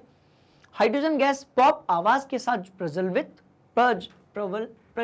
होती है, राइट, प्रज्वलित होती है, sorry for that. Hydrogen gas pop आवाज के साथ प्रज्वलित होती है, और ऑक्सीजन गैस जो है उसमें आप यदि माचिस की तीली लेकर जाएंगे तो चमक के साथ जलेगी। ऐसा क्यों? देखो, अब ये माचिस की तीली, इसी को मान लेते हैं, और ये मेरा हाथ जो है इसको अपन माचिस मान लेते हैं, ये किया। अब माचिस की तीली भाई जल रही है, अब किसी चीज को जलने के लिए ऑक्सीजन की जरूरत है। अब कोई चीज जल रही है आसपास के ऑक्सीजन से, आप और ऑक्सीजन उसके पास लेकर जाओगे तो दहन की प्रक्रिया बढ़ जाएगी, जिससे पैदा होगी चमक। तो हाइड्रोजन जलती है पॉप ध्वनि के साथ में, ऑक्सीजन जलती नहीं है, ऑक्सीजन जलाती है। बात समझ में आई? लिख लेते हैं, मास बात। हाइड्रोजन जलती है, क्या कहते हो? हाइड्रोजन जन जन जन हाइड्रोजन जलती है, हाइड्रोजन जलती है, याद बात समझ में आई। पर ऑक्सीजन जो है वो जलाती है किसी भी चीज को। इसलिए दहन के लिए आपके ऑक्सीजन का होना बहुत जरूरी है, राइट, नोट कर लो, सिंपल सी बात है। बढ़ेंगे अगले सवाल की तरफ, है ना। चलिए, बहुत सिंपल क्वेश्चन था, अब चल रहे हैं अगले सवाल की तरफ। क्या होगा जब सिल्वर क्लोराइड को, AgCl को थोड़ी देर के लिए सूर्य के प्रकाश में रख देते हैं? तो अब देखो भैया, बड़ी सिंपल सी कहानी है। कुछ ऐसी चीजें होती है ना, ठीक है, जो कि सूर्य की रोशनी को लेकर बहुत ही ज्यादा सेंसिटिव होती है। सिल्वर क्लोराइड, कुछ ऐसी चीजें होती हैं जो सूर्य की रोशनी के बिना नहीं हो पाती हैं, जैसे कि आपका प्रकाश संश्लेषण यानी कि फोटोसिंथेसिस। तो क्या होता है, आप यदि AgCl को सूर्य के प्रकाश में रखते हो तो वो विघटित हो जाती है, मतलब यहां पर भी जो है उसका विघटन हो रहा है। तो ये एक प्रकार की कैसी अभिक्रिया है? ये एक प्रकार की वियोजन अभिक्रिया है। ये एक प्रकार की कैसी अभिक्रिया है? तो ये एक प्रकार की वियोजन अभिक्रिया है, इसमें अपघटन भी हो रहा है, तो ये अपघटन भी है, क्योंकि वो अपघटित भी हो रही है। बात समझ में आ गई? तो लिखा हुआ है, सूर्य के प्रकाश की उपस्थिति में श्वेत रंग का सिल्वर क्लोराइड धूसर रंग का हो जाता है। अभिक्रिया के फलस्वरूप सिल्वर क्लोराइड सिल्वर तथा क्लोरीन गैस में वियोजित हो जाता है। मतलब कि धूसर क्यों हुआ? क्यों हुआ धूसर? तो सीधी सी बात है कि क्या बन रहा है, साथ में आपका जो है सिल्वर बन रहा है। धूसर इसलिए हुआ क्योंकि साथ में आपका जो है सिल्वर बन रहा है। भाई सीधी लाइन कब खींचेगी? अब खींची। और क्लोरीन गैस जो है ये वहीं रुक गया, और क्लोरीन गैस जो है वो वातावरण में चली गई। बात समझ में आई? चलो कॉपी में नोट किया जाए। बढ़ रहे हैं अगले क्वेश्चन की तरफ, और इसके बाद वाले क्वेश्चन में हमें आने वाला है बहुत ही ज्यादा मजा। इसको नोट करो और देखते हैं अगला क्वेश्चन क्या है। क्वेश्चन को पढ़िए, आंसर को पूरा मत पढ़िएगा, पढ़िएगा मत, अपने से लिखने की कोशिश कीजिएगा। उसके बाद डिस्कस करते हैं पीछे छुपे हुए कॉन्सेप्ट को। तो भाई क्या होंगे हमारे कॉन्सेप्ट्स? बड़ी सिंपल सी कहानी है। कॉन्सेप्ट्स क्या होंगे? जब बेरियम क्लोराइड को सोडियम सल्फेट में डाला गया, मेरे को इसके बाद देखना ही नहीं है। बात समझ में आ गई? क्योंकि मैं सारे कॉन्सेप्ट समझ चुका हूं। कहां से? तो भाई यहां से नहीं तो यहां से। बात समझ में आई? बेरियम क्लोराइड क्या था आपका? बेरियम क्लोराइड था और आपका सोडियम सल्फेट था। चलो तो बेरियम भी मैं यहां पर लिख देता हूं। बेरियम जो होगा वो Ba2+ होगा, Ba2+ होगा। ये हमारा क्या होगा भाई? ये हमारा बेरियम होगा। बात समझ में आ गई? चलिए तो barium sulphate, barium sulphate, barium sulphate, barium sulphate, तो ये हो गया आपका बेरियम सल्फेट। क्लियर? तो यहां पर जो है लिखा हुआ है Ba2+, सल्फेट यदि है तो यहां लिखा हुआ है 2-, यदि इस जगह पर 2 लिखा हुआ है, यहां पर 1 लिखा हुआ है, ये ऐसा और ये ऐसा है, तो ये क्या हो जाएगा? ध्यान से देखो। अब भाई नहीं, यहां पर भी तो 2 लिखा है ना ऊपर। बात समझ में आई? अब यहां पर भी 2 लिखा है। अब सीधी सी कहानी ये है कि 2 बेरियम के नीचे लिखा है, दो सल्फेट के नीचे लिखा है, तो क्या करना है, दो नहीं लिखना है, सिंगल सिंगल लेना है। ऐसे वाले केस में हम जो है नियम थोड़ा सा बदल देते हैं, तो क्या हो जाएगा, BSO4 हो जाएगा। और किसकी बात कर रहे हैं ये लोग, बात कर रहे हैं भाई सोडियम सल्फेट की। बैरियम क्या था, क्लोराइड था शायद, सॉरी बैरियम क्लोराइड था स्टूडेंट्स, मिस्टेकन, ये बैरियम क्लोराइड था। क्लोराइड था मतलब -1 था, यहाँ पर 1 रहता तो ये परिवर्तित हो जाता आपका BaCl2 में। चलो, और किसकी बात हो रही है, सोडियम सल्फेट की बात हो रही है। कहाँ बनाएंगे, तो यहाँ पर बनाएंगे ये लोग। तो सोडियम सल्फेट में यहाँ पर Na+ है और यहाँ पर SO4 2- है, सीधी सी बात है। तो क्या होगा, तो यहाँ पर आपका +1 होगा, मतलब कि यहाँ पर आपका 1 आएगा, यहाँ पर आपका 1 आएगा, यहाँ पर आपका 2 आएगा, और इस तरीके से जो है ये बन जाएगा आपका Na2CO3। क्या Na2CO3 बनेगा, नहीं, ये बनेगा आपका Na2SO4। बात समझ में आ गई। तो बैरियम क्लोराइड की बात हो या फिर बात हो सोडियम सल्फेट की, बैरियम क्लोराइड की बात हो या फिर बात होगी किसके, सोडियम सल्फेट की, आपको एक चीज हमेशा ध्यान रखनी है, और वो ये है कि यहां से आप जिसका चाहोगे उसका सूत्र बना सकते हो, यहां से आप जिसका चाहोगे उसका सूत्र क्या कर सकते हो, बना सकते हो। तो बैरियम क्लोराइड, सोडियम सल्फेट। चलो क्या हुआ, तो ध्यान से देखिए, यहां पर क्या होगा, श्वेत रंग के एक पदार्थ बैरियम सल्फेट का निर्माण होगा, मतलब सोडियम सल्फेट में बैरियम क्लोराइड मिलाया गया तो आपको बैरियम सल्फेट मिला, और साथ में क्या मिला, 2NaCl, यानी कि आपका स्वाद अनुसार नमक, जिसको हम सोडियम क्लोराइड भी कहते हैं। तो यह अभिक्रिया होगी। अब ये जो अभिक्रिया है ये कैसी अभिक्रिया है, सिंपल सी कहानी है, ये है आपकी डबल डिस्प्लेसमेंट रिएक्शन। कैसी है, डबल डिस्प्लेसमेंट रिएक्शन, इसको हम बोलेंगे द्विविस्थापन अभिक्रिया। तो ये होगी आपकी द्विविस्थापन अभिक्रिया, दैट्स ऑल। तो ये हो गया आपकी द्विविस्थापन अभिक्रिया, खेल खत्म। तो ये क्या हो गया स्टूडेंट्स, ये हो गई हमारी द्विविस्थापन अभिक्रिया। क्यों हुई, क्योंकि भाई विस्थापन 2 बार हो रहा है, सल्फेट बैरियम के साथ आ गया, क्लोरीन सोडियम के साथ चला गया, सिंपल सी कहानी, ठीक है। तो इस तरीके से इसको आप नोट कर लीजिए, हम बढ़ रहे हैं आगे। क्वेश्चन बहुत ही सिंपल था क्योंकि सब कुछ हमने सीख लिया है।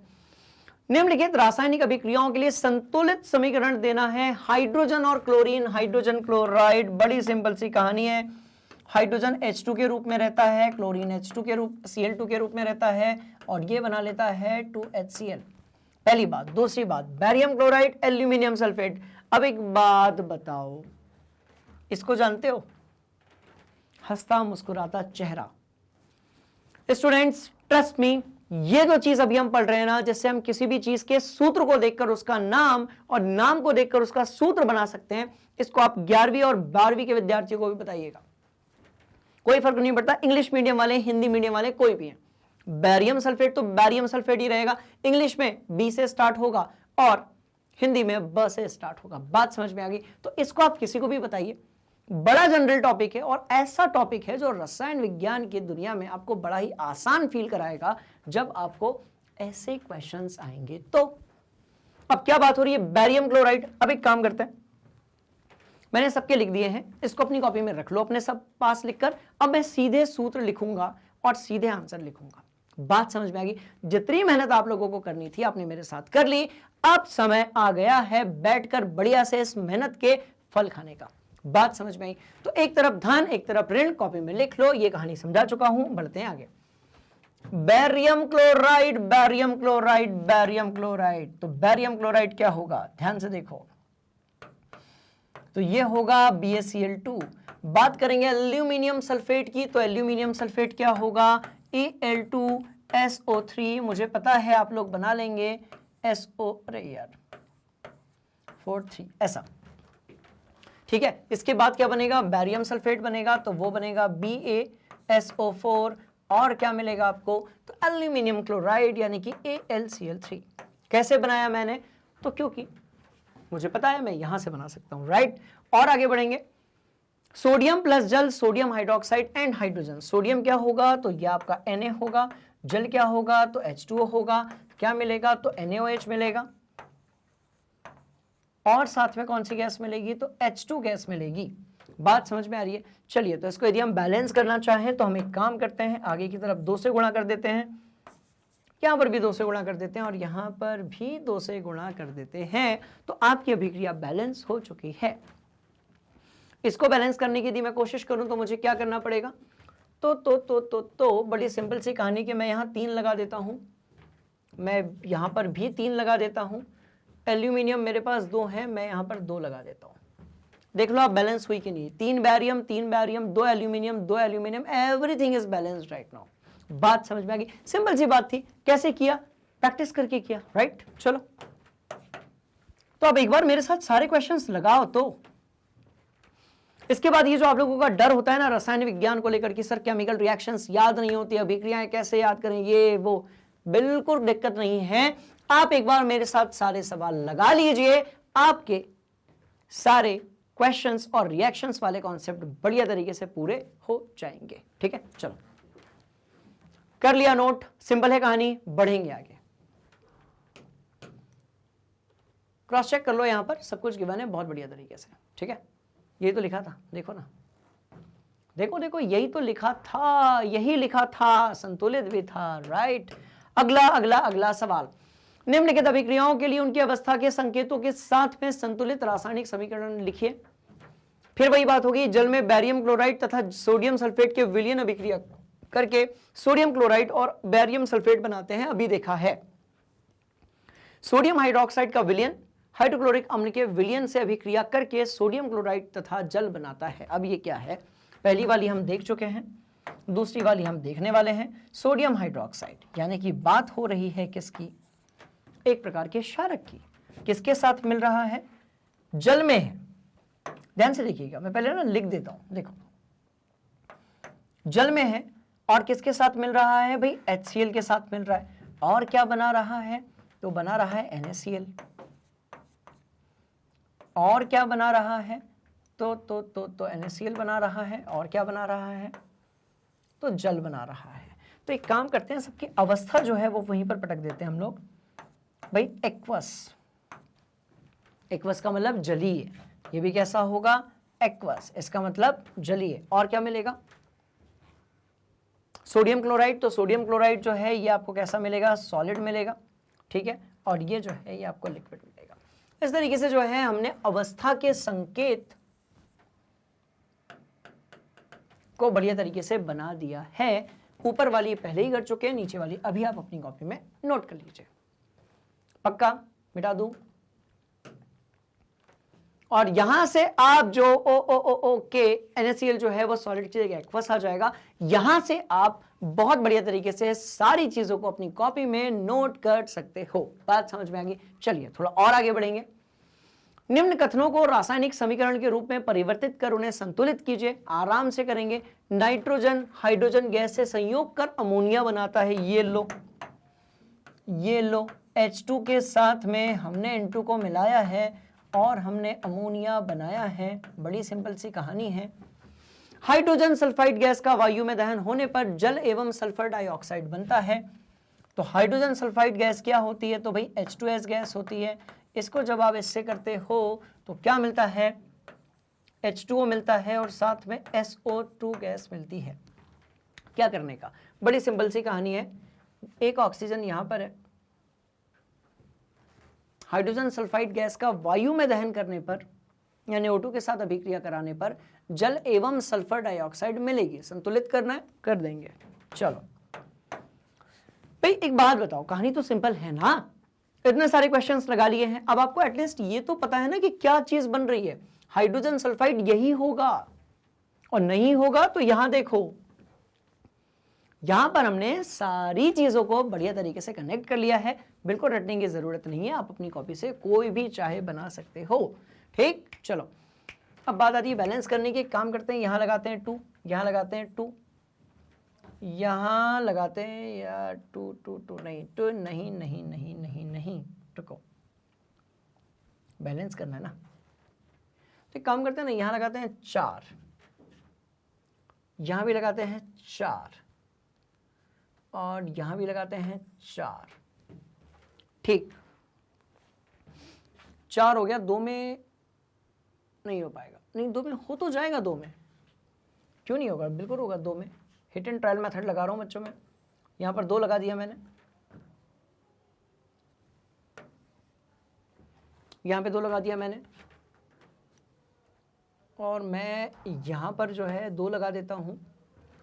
सल्फर यहाँ पर 2, वहाँ पर 4, यहाँ पर 2, और ये हो गया 3, और रिएक्शन आपकी बैलेंस हो चुकी है। That's all. बैलेंस हुई क्या? 4 4 2 2, 6 ऑक्सीजन 6 ऑक्सीजन, दैट्स ऑल। ऊपर वाला हो गया एल्यूमिनियम सल्फेट के साथ अभिक्रिया कर बैरियम क्लोराइड, एल्यूमिनियम क्लोराइड और बैरियम सल्फेट देता है। थोड़ी देर पहले इस सभी अभिक्रिया को हमने किया था, बड़ी सिंपल है। पोटेशियम धातु जल के साथ अभिक्रिया करके पोटेशियम हाइड्रोक्साइड एवं हाइड्रोजन गैस देती है। तो एक काम करते हैं, पोटेशियम धातु जो है, बात समझ में आ रही है, पोटेशियम धातु जो है ये जल के साथ अभिक्रिया करती है और निर्माण किसका करती है, ध्यान से देखिएगा। पोटेशियम धातु जल के साथ अभिक्रिया करती है और बनाती है पोटेशियम हाइड्रोक्साइड, मतलब बात हो रही है KOH की, प्लस हाइड्रोजन गैस देती है। अब ये हाइड्रोजन गैस जो है ये H2 है, तो आप एक काम करिए, आप थोड़ा सा जो है दिमाग लगाइए, यहाँ 2 लिखिए, आप यहाँ पर 2 लिखिए, और सब कुछ बैलेंस।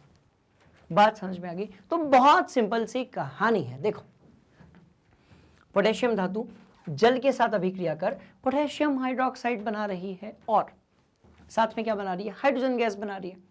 अच्छा, एक इंपॉर्टेंट चीज, अब जब केमिकल रिएक्शंस की बात हो रही है ना, तो बहुत सारे स्टूडेंट्स ने कमेंट बॉक्स में लिखा था कि सर ऐसा क्या है किया कि आपने, या जो भी केमिस्ट्री पढ़ाने वाले टीचर से, कि सर इतनी रिएक्शंस को आप ऐसे पढ़ते हो सीधे लिख देते हो। बात समझ में आ रही है? तो बड़ी आप जीनियस हैं। ये बेटा कोई जीनियस वीनियस वाली बात नहीं है, बस प्रैक्टिस है और कुछ भी नहीं है। बात समझ में आ रही है? प्रैक्टिस है, कोई सीक्रेट नहीं होता, कोई जीनियस नहीं होता, कुछ नहीं होता। अब एक बात बताओ, हम ना क्या करते हैं, जो शिक्षक होते हैं वो किसी भी चीज को याद नहीं करते हैं, हम उसके पीछे जो छुपे हुए कॉन्सेप्ट्स है ना उसको ही याद कर लेते हैं। बात समझ में आई? तो उससे क्या होता है कि ऐसा कोई भी शब्द जब हमारे सामने आता है तो हम सबसे पहले ना उसका सूत्र बना लेते हैं, पहली बात।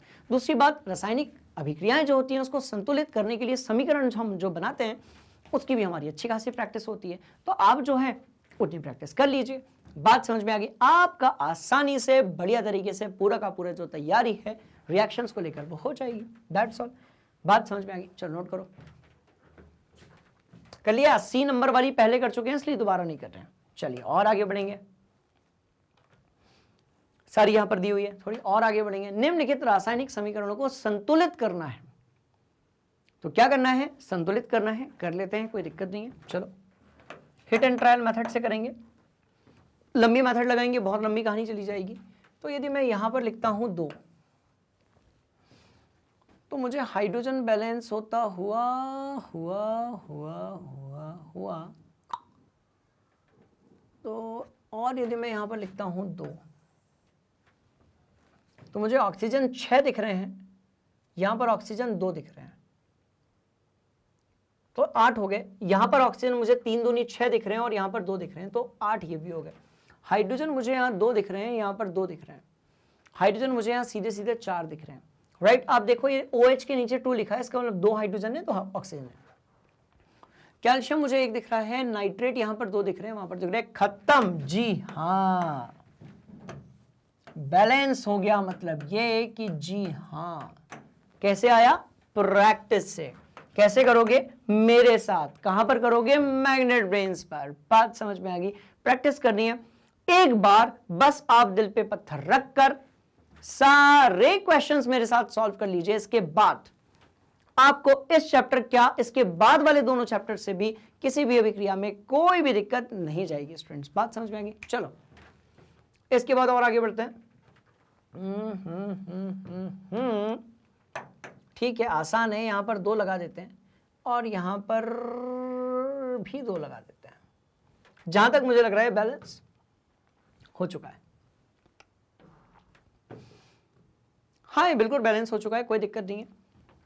NaCl ये तो बैलेंस ही दिख रही है मुझे, तो ये बैलेंस ही दिख रही है। BaCl2 H2SO4 यहां पर 2 आएगा, अब ये रिएक्शन बैलेंस्ड है। बात समझ में आ गई? तो कितना आसान होता है यदि आपके कॉन्सेप्ट्स क्लियर हैं तो स्टूडेंट्स बड़ा ही आसान होता है चीजों को बैलेंस कर पाना, राइट? यदि आपके कॉन्सेप्ट्स क्लियर हैं तो बड़ा ही आसान होता है अभिक्रियाओं को बैलेंस कर पाना और रसायन विज्ञान की चीजों को सीख पाना। ना सिर्फ रसायन विज्ञान, किसी भी चीज को सीख पाना। बात समझ में आ गई? तो खेल पूरा का पूरा प्रैक्टिस का है। तो लिख दो ना, क्या फर्क पड़ता है? जी हाँ, खेल खत्म। बात समझ में आई? चलो, तो सारी अभिक्रियाएं बैलेंस हैं या नहीं है एक बार देख लेना। कभी कभी जोश में गलत हो जाता है, पर उम्मीद है कि कुछ भी नहीं हुआ होगा गलत, बिल्कुल सही होगा, राइट? चलो, तो इस तरीके से हम इसको अपनी कॉपी में नोट करेंगे। बहुत सिंपल है। चलेंगे अगले सवाल की तरफ। संतुलित कीजिए, संतुलित कीजिए, संतुलित कीजिए, काम कीजिए, संतुलित कीजिए। अच्छा, ये उसी का संतुलित है। ओके, ये जो क्वेश्चन अभी हमने किया था, जिसके लिए हमने यहां पर ये सब लिखा था, ये लिखा था, राइट? इसी का संतुलित जो है आप देखेंगे तो वो ये है। अगले सवाल की तरफ चलेंगे। निम्न अभिक्रियाओं के लिए संतुलित रासायनिक समीकरण दीजिए। बिल्कुल दे देंगे, कोई दिक्कत नहीं है। ये रहा आपका। अब थोड़ा सा चेंज करते हैं, अब फैशन बदलते हैं। अब मैं यहां पर समीकरण लिखूंगा, संतुलित आप लोग करेंगे, फिर अपन क्रॉस चेक करेंगे, ठीक है? कैल्शियम हाइड्रोक्साइड क्या कहते हो? CaOH2। Carbon dioxide CO2, calcium carbonate CaCO3, और साथ में क्या मिला? जल यानी कि H2O। और इस कहानी को आगे बढ़ाते हैं। जिंक और सिल्वर नाइट्रेट, ये जिंक रहा, सिल्वर नाइट्रेट इज AgNO3। यहां पर आएगा जिंक नाइट्रेट तो Zn, और यहां पर NO3 आएगा और ये 2 होगा, और सिल्वर जो है वो आपका Ag होगा। कर लोगे बैलेंस? देखते हैं कितना दम है। चलो, एल्यूमिनियम यानी कि आपका क्या होगा? Al, इसको हटाते हैं, इसको भी हटाते हैं यहां से, ये एल्यूमिनियम हो गया। साथ में कॉपर क्लोराइड है यानी कि CaCl2 हो गया, एल्यूमिनियम क्लोराइड यानी कि AlCl3 हो गया, और साथ में कॉपर यानी कि CO हो गया। बहुत सिंपल सी कहानी। और आगे बढ़ेंगे। बैरियम क्लोराइड, ये तो बार बार आ रहा है। Barium chloride is what? BaCl2। साथ में पोटेशियम सल्फेट है K2SO4। साथ में आपको मिल रहा है बैरियम सल्फेट BaSO4, और आपको मिल रहा है पोटेशियम यानी कि K। बात समझ में आ गई? सारी रिएक्शन को कॉपी में, इसके बाद संतुलित, उसके बाद क्रॉस चेक, बढ़ेंगे आगे। मिटा दूं? पक्का? स्क्रीनशॉट पक्का? चलो, क्रॉस चेक। बात समझ में आ गई? क्या करेंगे इसको हम करेंगे क्रॉस चेक। चलो, और आगे बढ़ते हैं अगले सवाल की तरफ। अगला सवाल, निम्न अभिक्रियाओं के लिए संतुलित रासायनिक समीकरण लिखेंगे एवं प्रत्येक अभिक्रिया का प्रकार बताएंगे। बात समझ में आई? तो अभिक्रिया जो है उसको मैं लिख देता हूं, प्रकार जो है वो भी मैं बता देता हूं, संतुलित आप करना, फिर सही आंसर जो होगा वो भी मैं दूंगा। बात समझ में आ गई? ऐसे मिलकर बढ़िया से पढ़ाई करते रहेंगे, आपका तैयारी बढ़िया से होती जाएगी। पोटेशियम ब्रोमाइड है। पोटेशियम ब्रोमाइड क्या होता है? तो भाई KBr होता है। इसकी बैरियम और आयोडाइड से करवा रहे हैं, मतलब कि BaI2 से करवा रहे हैं। कैसे पता चलेगा? तो ये रहा। इस पूरी क्लास का एक ही सार है, और वो ये है कि आपको हंसते मुस्कुराते धन आयन और ऋण आयन पता होने चाहिए। That's all. ये लो, दोनों को मिलाया, क्या मिला? पोटेशियम आयोडाइड यानी कि Ki। दिस इज नॉट काई, दिस इज Ki। तो मिला Ki, और साथ में क्या मिला भैया? बैरियम ब्रोमाइड यानी कि BaBr2। तो ये तो कैसी है? ये द्विविस्थापन है, सीधी सी कहानी है। चलो, जिंक कार्बोनेट की बात करेंगे। जिंक कार्बोनेट क्या होगा? तो ये होगा ZnCO3। क्या मिलेगा? जिंक ऑक्साइड यानी कि ZnO। साथ में क्या मिलेगा? CO2 मिलेगा। तो ये भी लिख देंगे। Hydrogen chlorine, hydrogen chloride. चलो, H2 के साथ में Cl2, और क्या मिलेगा? इधर इसको उधर लिखते हैं ना हम लोग, काहे जल्दबाजी। चलो, ये लो, H2 को हमने किससे किया? Cl2 से। क्या मिला? HCl मिला। ये लो, 2 लगाकर इसको मैंने बैलेंस भी कर लिया। Magnesium hydrochloric acid, magnesium chloride hydrogen, मतलब कि मैग्नीशियम हाइड्रोक्लोरिक एसिड HCl। क्या मिला? मैग्नीशियम क्लोराइड MgCl2, और साथ में हाइड्रोजन गैस। तो कुछ मत करो, ये रहा खेल। इसको उसके आगे लगा दो, ये 2 लगा दो उसके आगे। पहली अभिक्रिया जो है वो द्विविस्थापन है। ध्यान से देखिएगा, पहली जो अभिक्रिया है स्टूडेंट्स, ये क्या है? अपनी द्विविस्थापन। क्या है? तो ये हमारी द्विविस्थापन। कहां लिखेंगे? यहां लिखते हैं द्विविस्थापन, अच्छे से लिखते हैं, रुको, द्विविस्थापन, बात समझ में आई? अब जो स्टूडेंट स्टार्टिंग से इस क्लास को देख रहा होगा ना, उसकी एक बात समझ में आ गई होगी, सर स्टार्टिंग में टाइम जरूर लगा, पर जैसे सारे कॉन्सेप्ट को हमने सीख लिया उसके बाद क्या छोटा क्या बड़ा सवाल हमको बहुत जल्दी सारे क्वेश्चंस बन जाएंगे। चलिए, द्विविस्थापन के बाद ये क्या थी? तो ये अभिक्रिया थी आपकी वियोजन। वियोजन वियोजन वियोजन, काहे वियोजन? क्योंकि ये जो चीज है ये दो भाग में टूट रही है। और ये क्या थी? तो ये आपकी संयोजन थी, दो चीजें मिलकर एक नया बना रही हैं। बात समझ में आ गई? और ये क्या थी? तो ये विस्थापन थी, क्योंकि क्लोरीन निकला, मैग्नीशियम से लगा, हाइड्रोजन उधर चला गया, तो ये आपकी विस्थापन थी। ये लो, तो ये हो गई आपकी विस्थापन। खेल ही खत्म हो गया, क्या बचा क्या है इसमें बताओ, राइट? तो आप संतुलित कर लेना। अभिक्रियाओं के प्रकार में बता चुका हूं, बहुत ही सिंपल है, इसको अपनी कॉपी में नोट करो। नोट कर लिया पक्का? अब कंप्यूटर से रिक्वेस्ट करते हैं कि कंप्यूटर जी हमें जो है सही आंसर बताया जाए, हम आगे बढ़ना चाहते हैं। तो उसके लिए हमें इसे क्लियर करना पड़ेगा। ये रहा सही आंसर, क्रॉस चेक करना एवरीथिंग। द्विविस्थापन, वियोजन, संयोजन, विस्थापन, खेल है खत्म, राइट? ये सवाल, ये कोई सवाल है? ऐसी प्रैक्टिस हो चुकी है। संतुलित करना है, ये लो, संतुलित करना है। संतुलित तो ये है ही यार, ऑलरेडी संतुलित है। प्रकार क्या होगा? संयोजन। कैसे पता?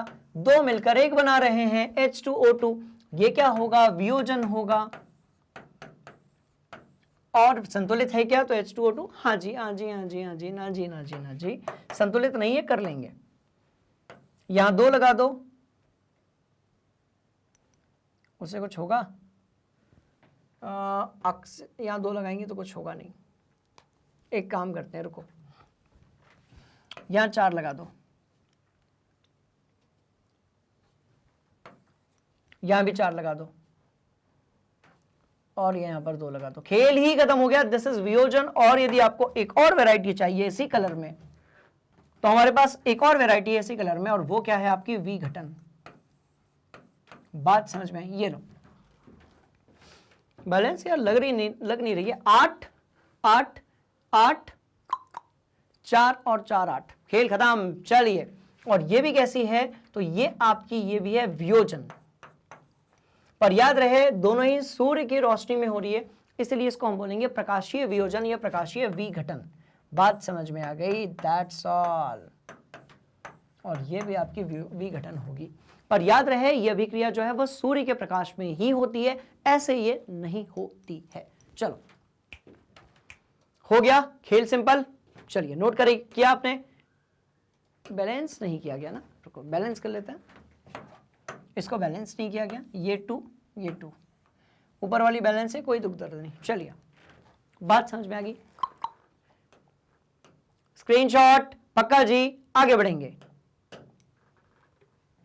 क्रॉस चेक करो, लिखा है यह समीकरण वैसे ही संतुलित है। क्यों? क्योंकि हमने प्रैक्टिस बहुत की है, राइट?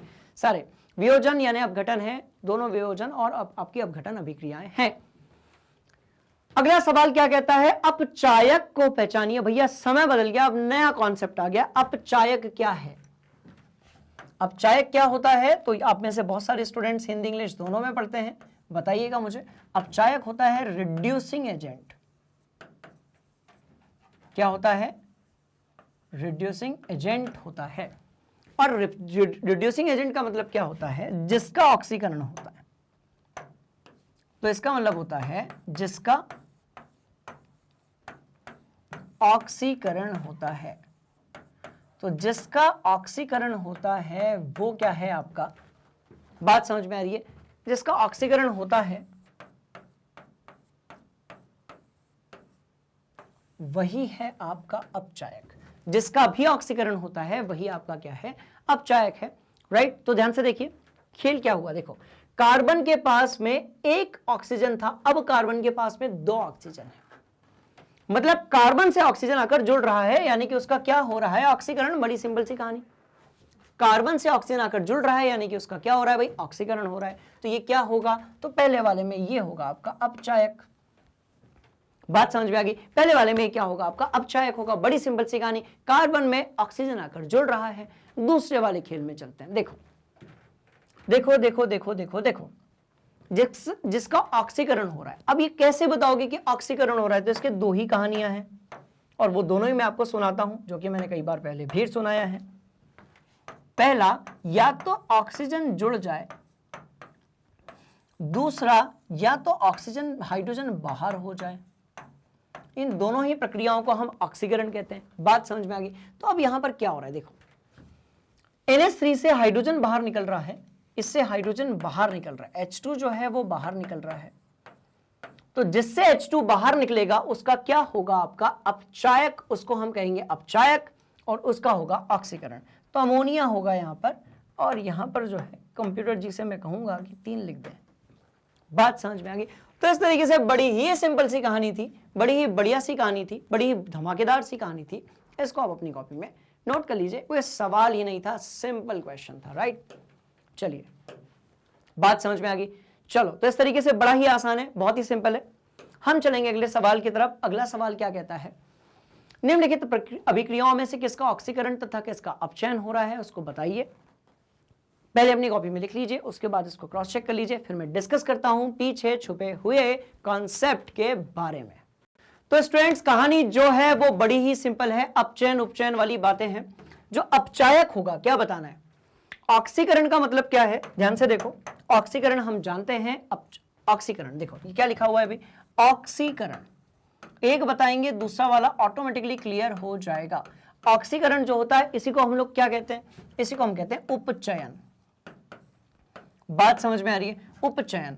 और जब हम बात करते हैं किसकी किसकी किसकी, भाई जब हम बात करते हैं अपचयन की, देखो ये उप लिखा है, अपचयन, ठीक है। तो इसी के लिए हमने एक नया नाम बना रखा है और वो है आपका अवकरण। वो क्या है आपका अवकरण। अब ये ऑक्सीकरण या अपचयन या उपचयन क्या है ये देख लेते हैं। सिंपल सी कहानी है, ध्यान से देखिएगा। इसका मतलब होता है ऑक्सीजन का जुड़ना या फिर H2 का बाहर निकलना, या फिर आपका जो H2 है इसका क्या होना, बाहर निकलना, दैट्स ऑल। ऑक्सीजन का जुड़ना या फिर H2 जो है उसका बाहर निकलना। अब अपचयन की बात होगी, अवकरण की, तो इसका जस्ट ऑपोजिट होगा। बात समझ में आई। देखो अब यहां देखो, किसका ऑक्सीकरण और किसका अपचयन हो रहा है, ये बात हो रही है। तो ध्यान से देखा जाए तो यहां पर जो हाइड्रोजन है, हाइड्रोजन में क्लोरीन था, हाइड्रोजन में ऑक्सीजन जुड़ गया, इसमें ऑक्सीजन जुड़ रहा है तो इसका ऑक्सीकरण हो रहा है। ऑक्सीजन जुड़ रहा है इसलिए ऑक्सीकरण हो रहा है। इसमें से ऑक्सीजन बाहर निकल रहा है इसलिए इसका ना अपचयन हो रहा है।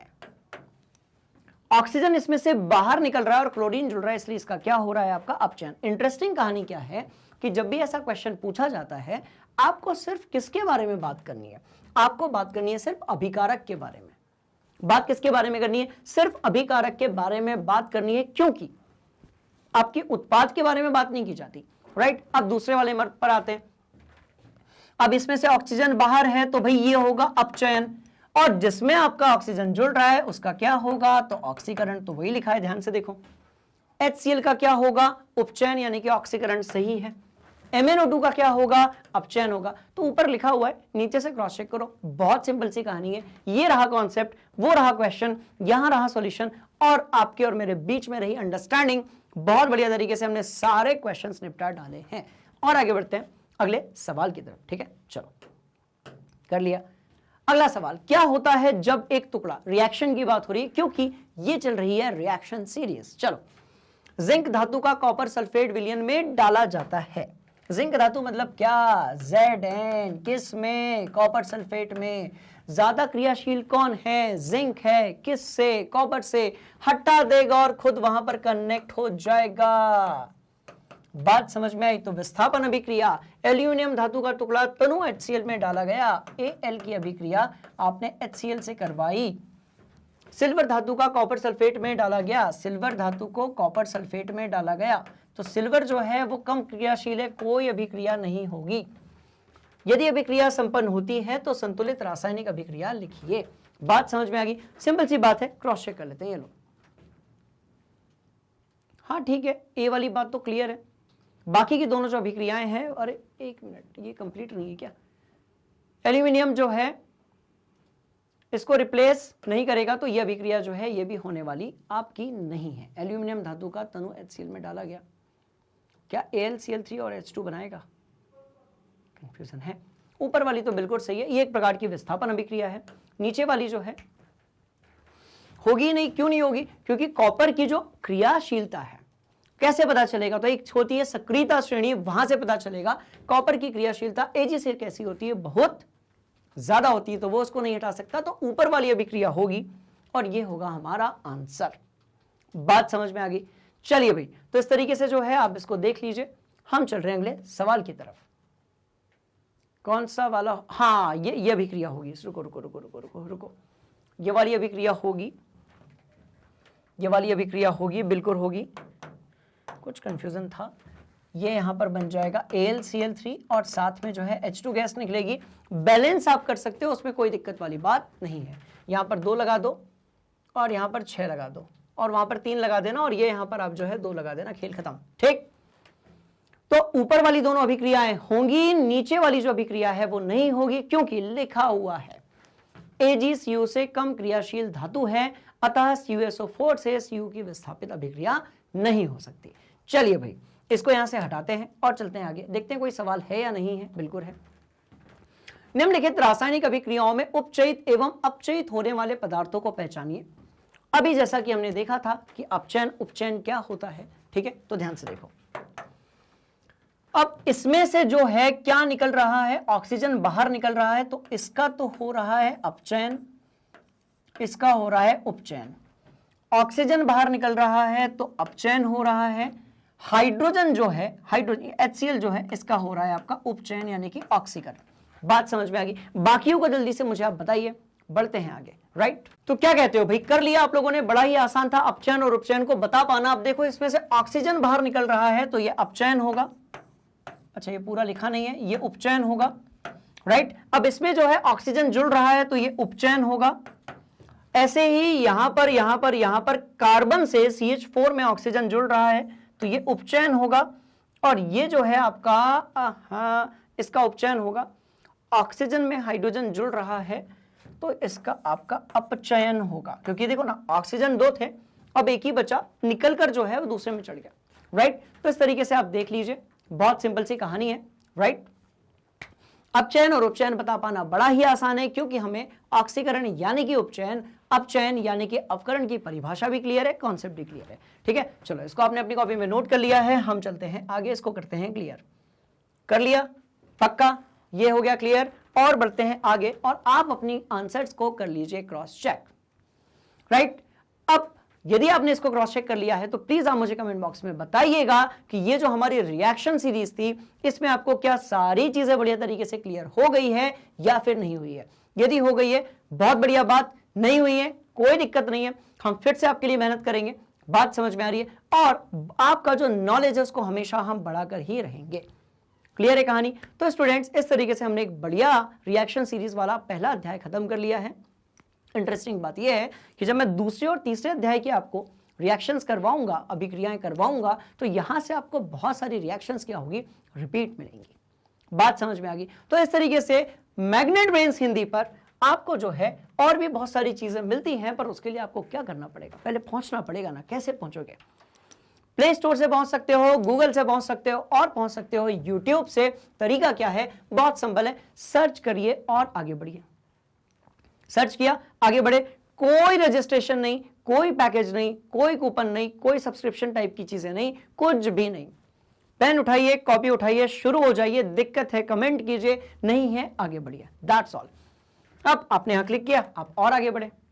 अब यहां पर आपको सारी चीजें मिलेंगी बिल्कुल फ्री ऑफ कॉस्ट। मतलब ये concept videos, one shot revisions, MCQs, NCERT questions, previous year questions, value based questions, reaction series, diagram based questions, most important questions और आपके जितने भी कॉन्सेप्ट वीडियोस हैं वो सारे आपको मिलेंगे बिल्कुल फ्री ऑफ कॉस्ट। कुछ नहीं करना है, फुल कोर्स पर जाकर कीजिए क्लिक, बढ़िए आगे। ये हो गया खेल खत्म। यहां से आपने स्टार्ट किया और पहुंच गए हम लास्ट वाली स्लाइड पर, जिससे हमें यह पता चलता है कि यदि आप कक्षा 7वीं से लेकर कक्षा 6वीं से लेकर कक्षा 12वीं तक के किसी भी माध्यम में, किसी भी बोर्ड में, किसी भी विषय में, कहीं पर भी यदि आपको कोई दिक्कत है, आप बने रहिए मैग्नेट ब्रेन्स हिंदी के साथ में। हम आपकी सारी तैयारी करवाएंगे बिल्कुल फ्री ऑफ कॉस्ट, बढ़िया तरीके से।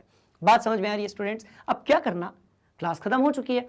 जितने क्वेश्चंस मैंने आपको करवाए हैं, ऐसे जितने भी क्वेश्चंस आपको और दूसरी किताबों में दिखते हैं, आप उनको ढूंढिए, सॉल्व कीजिए। ट्रस्ट मी, यदि आपने इस क्लास को बढ़िया से देखा होगा तो आपको सारे क्वेश्चंस बढ़िया तरीके से बन जाएंगे। बात समझ में आ रही है? तो मुझे आप बताइएगा कि आपको कैसा लगा और क्या आपको सारे क्वेश्चंस अब बन रहे हैं या फिर नहीं बन रहे। स्टूडेंट्स, मिलते हैं अगली क्लास में, कुछ नया हंगामा करेंगे, कुछ नया कारनामा करेंगे रसायन विज्ञान में। तब तक के लिए थैंक यू सो मच। जय हिंद।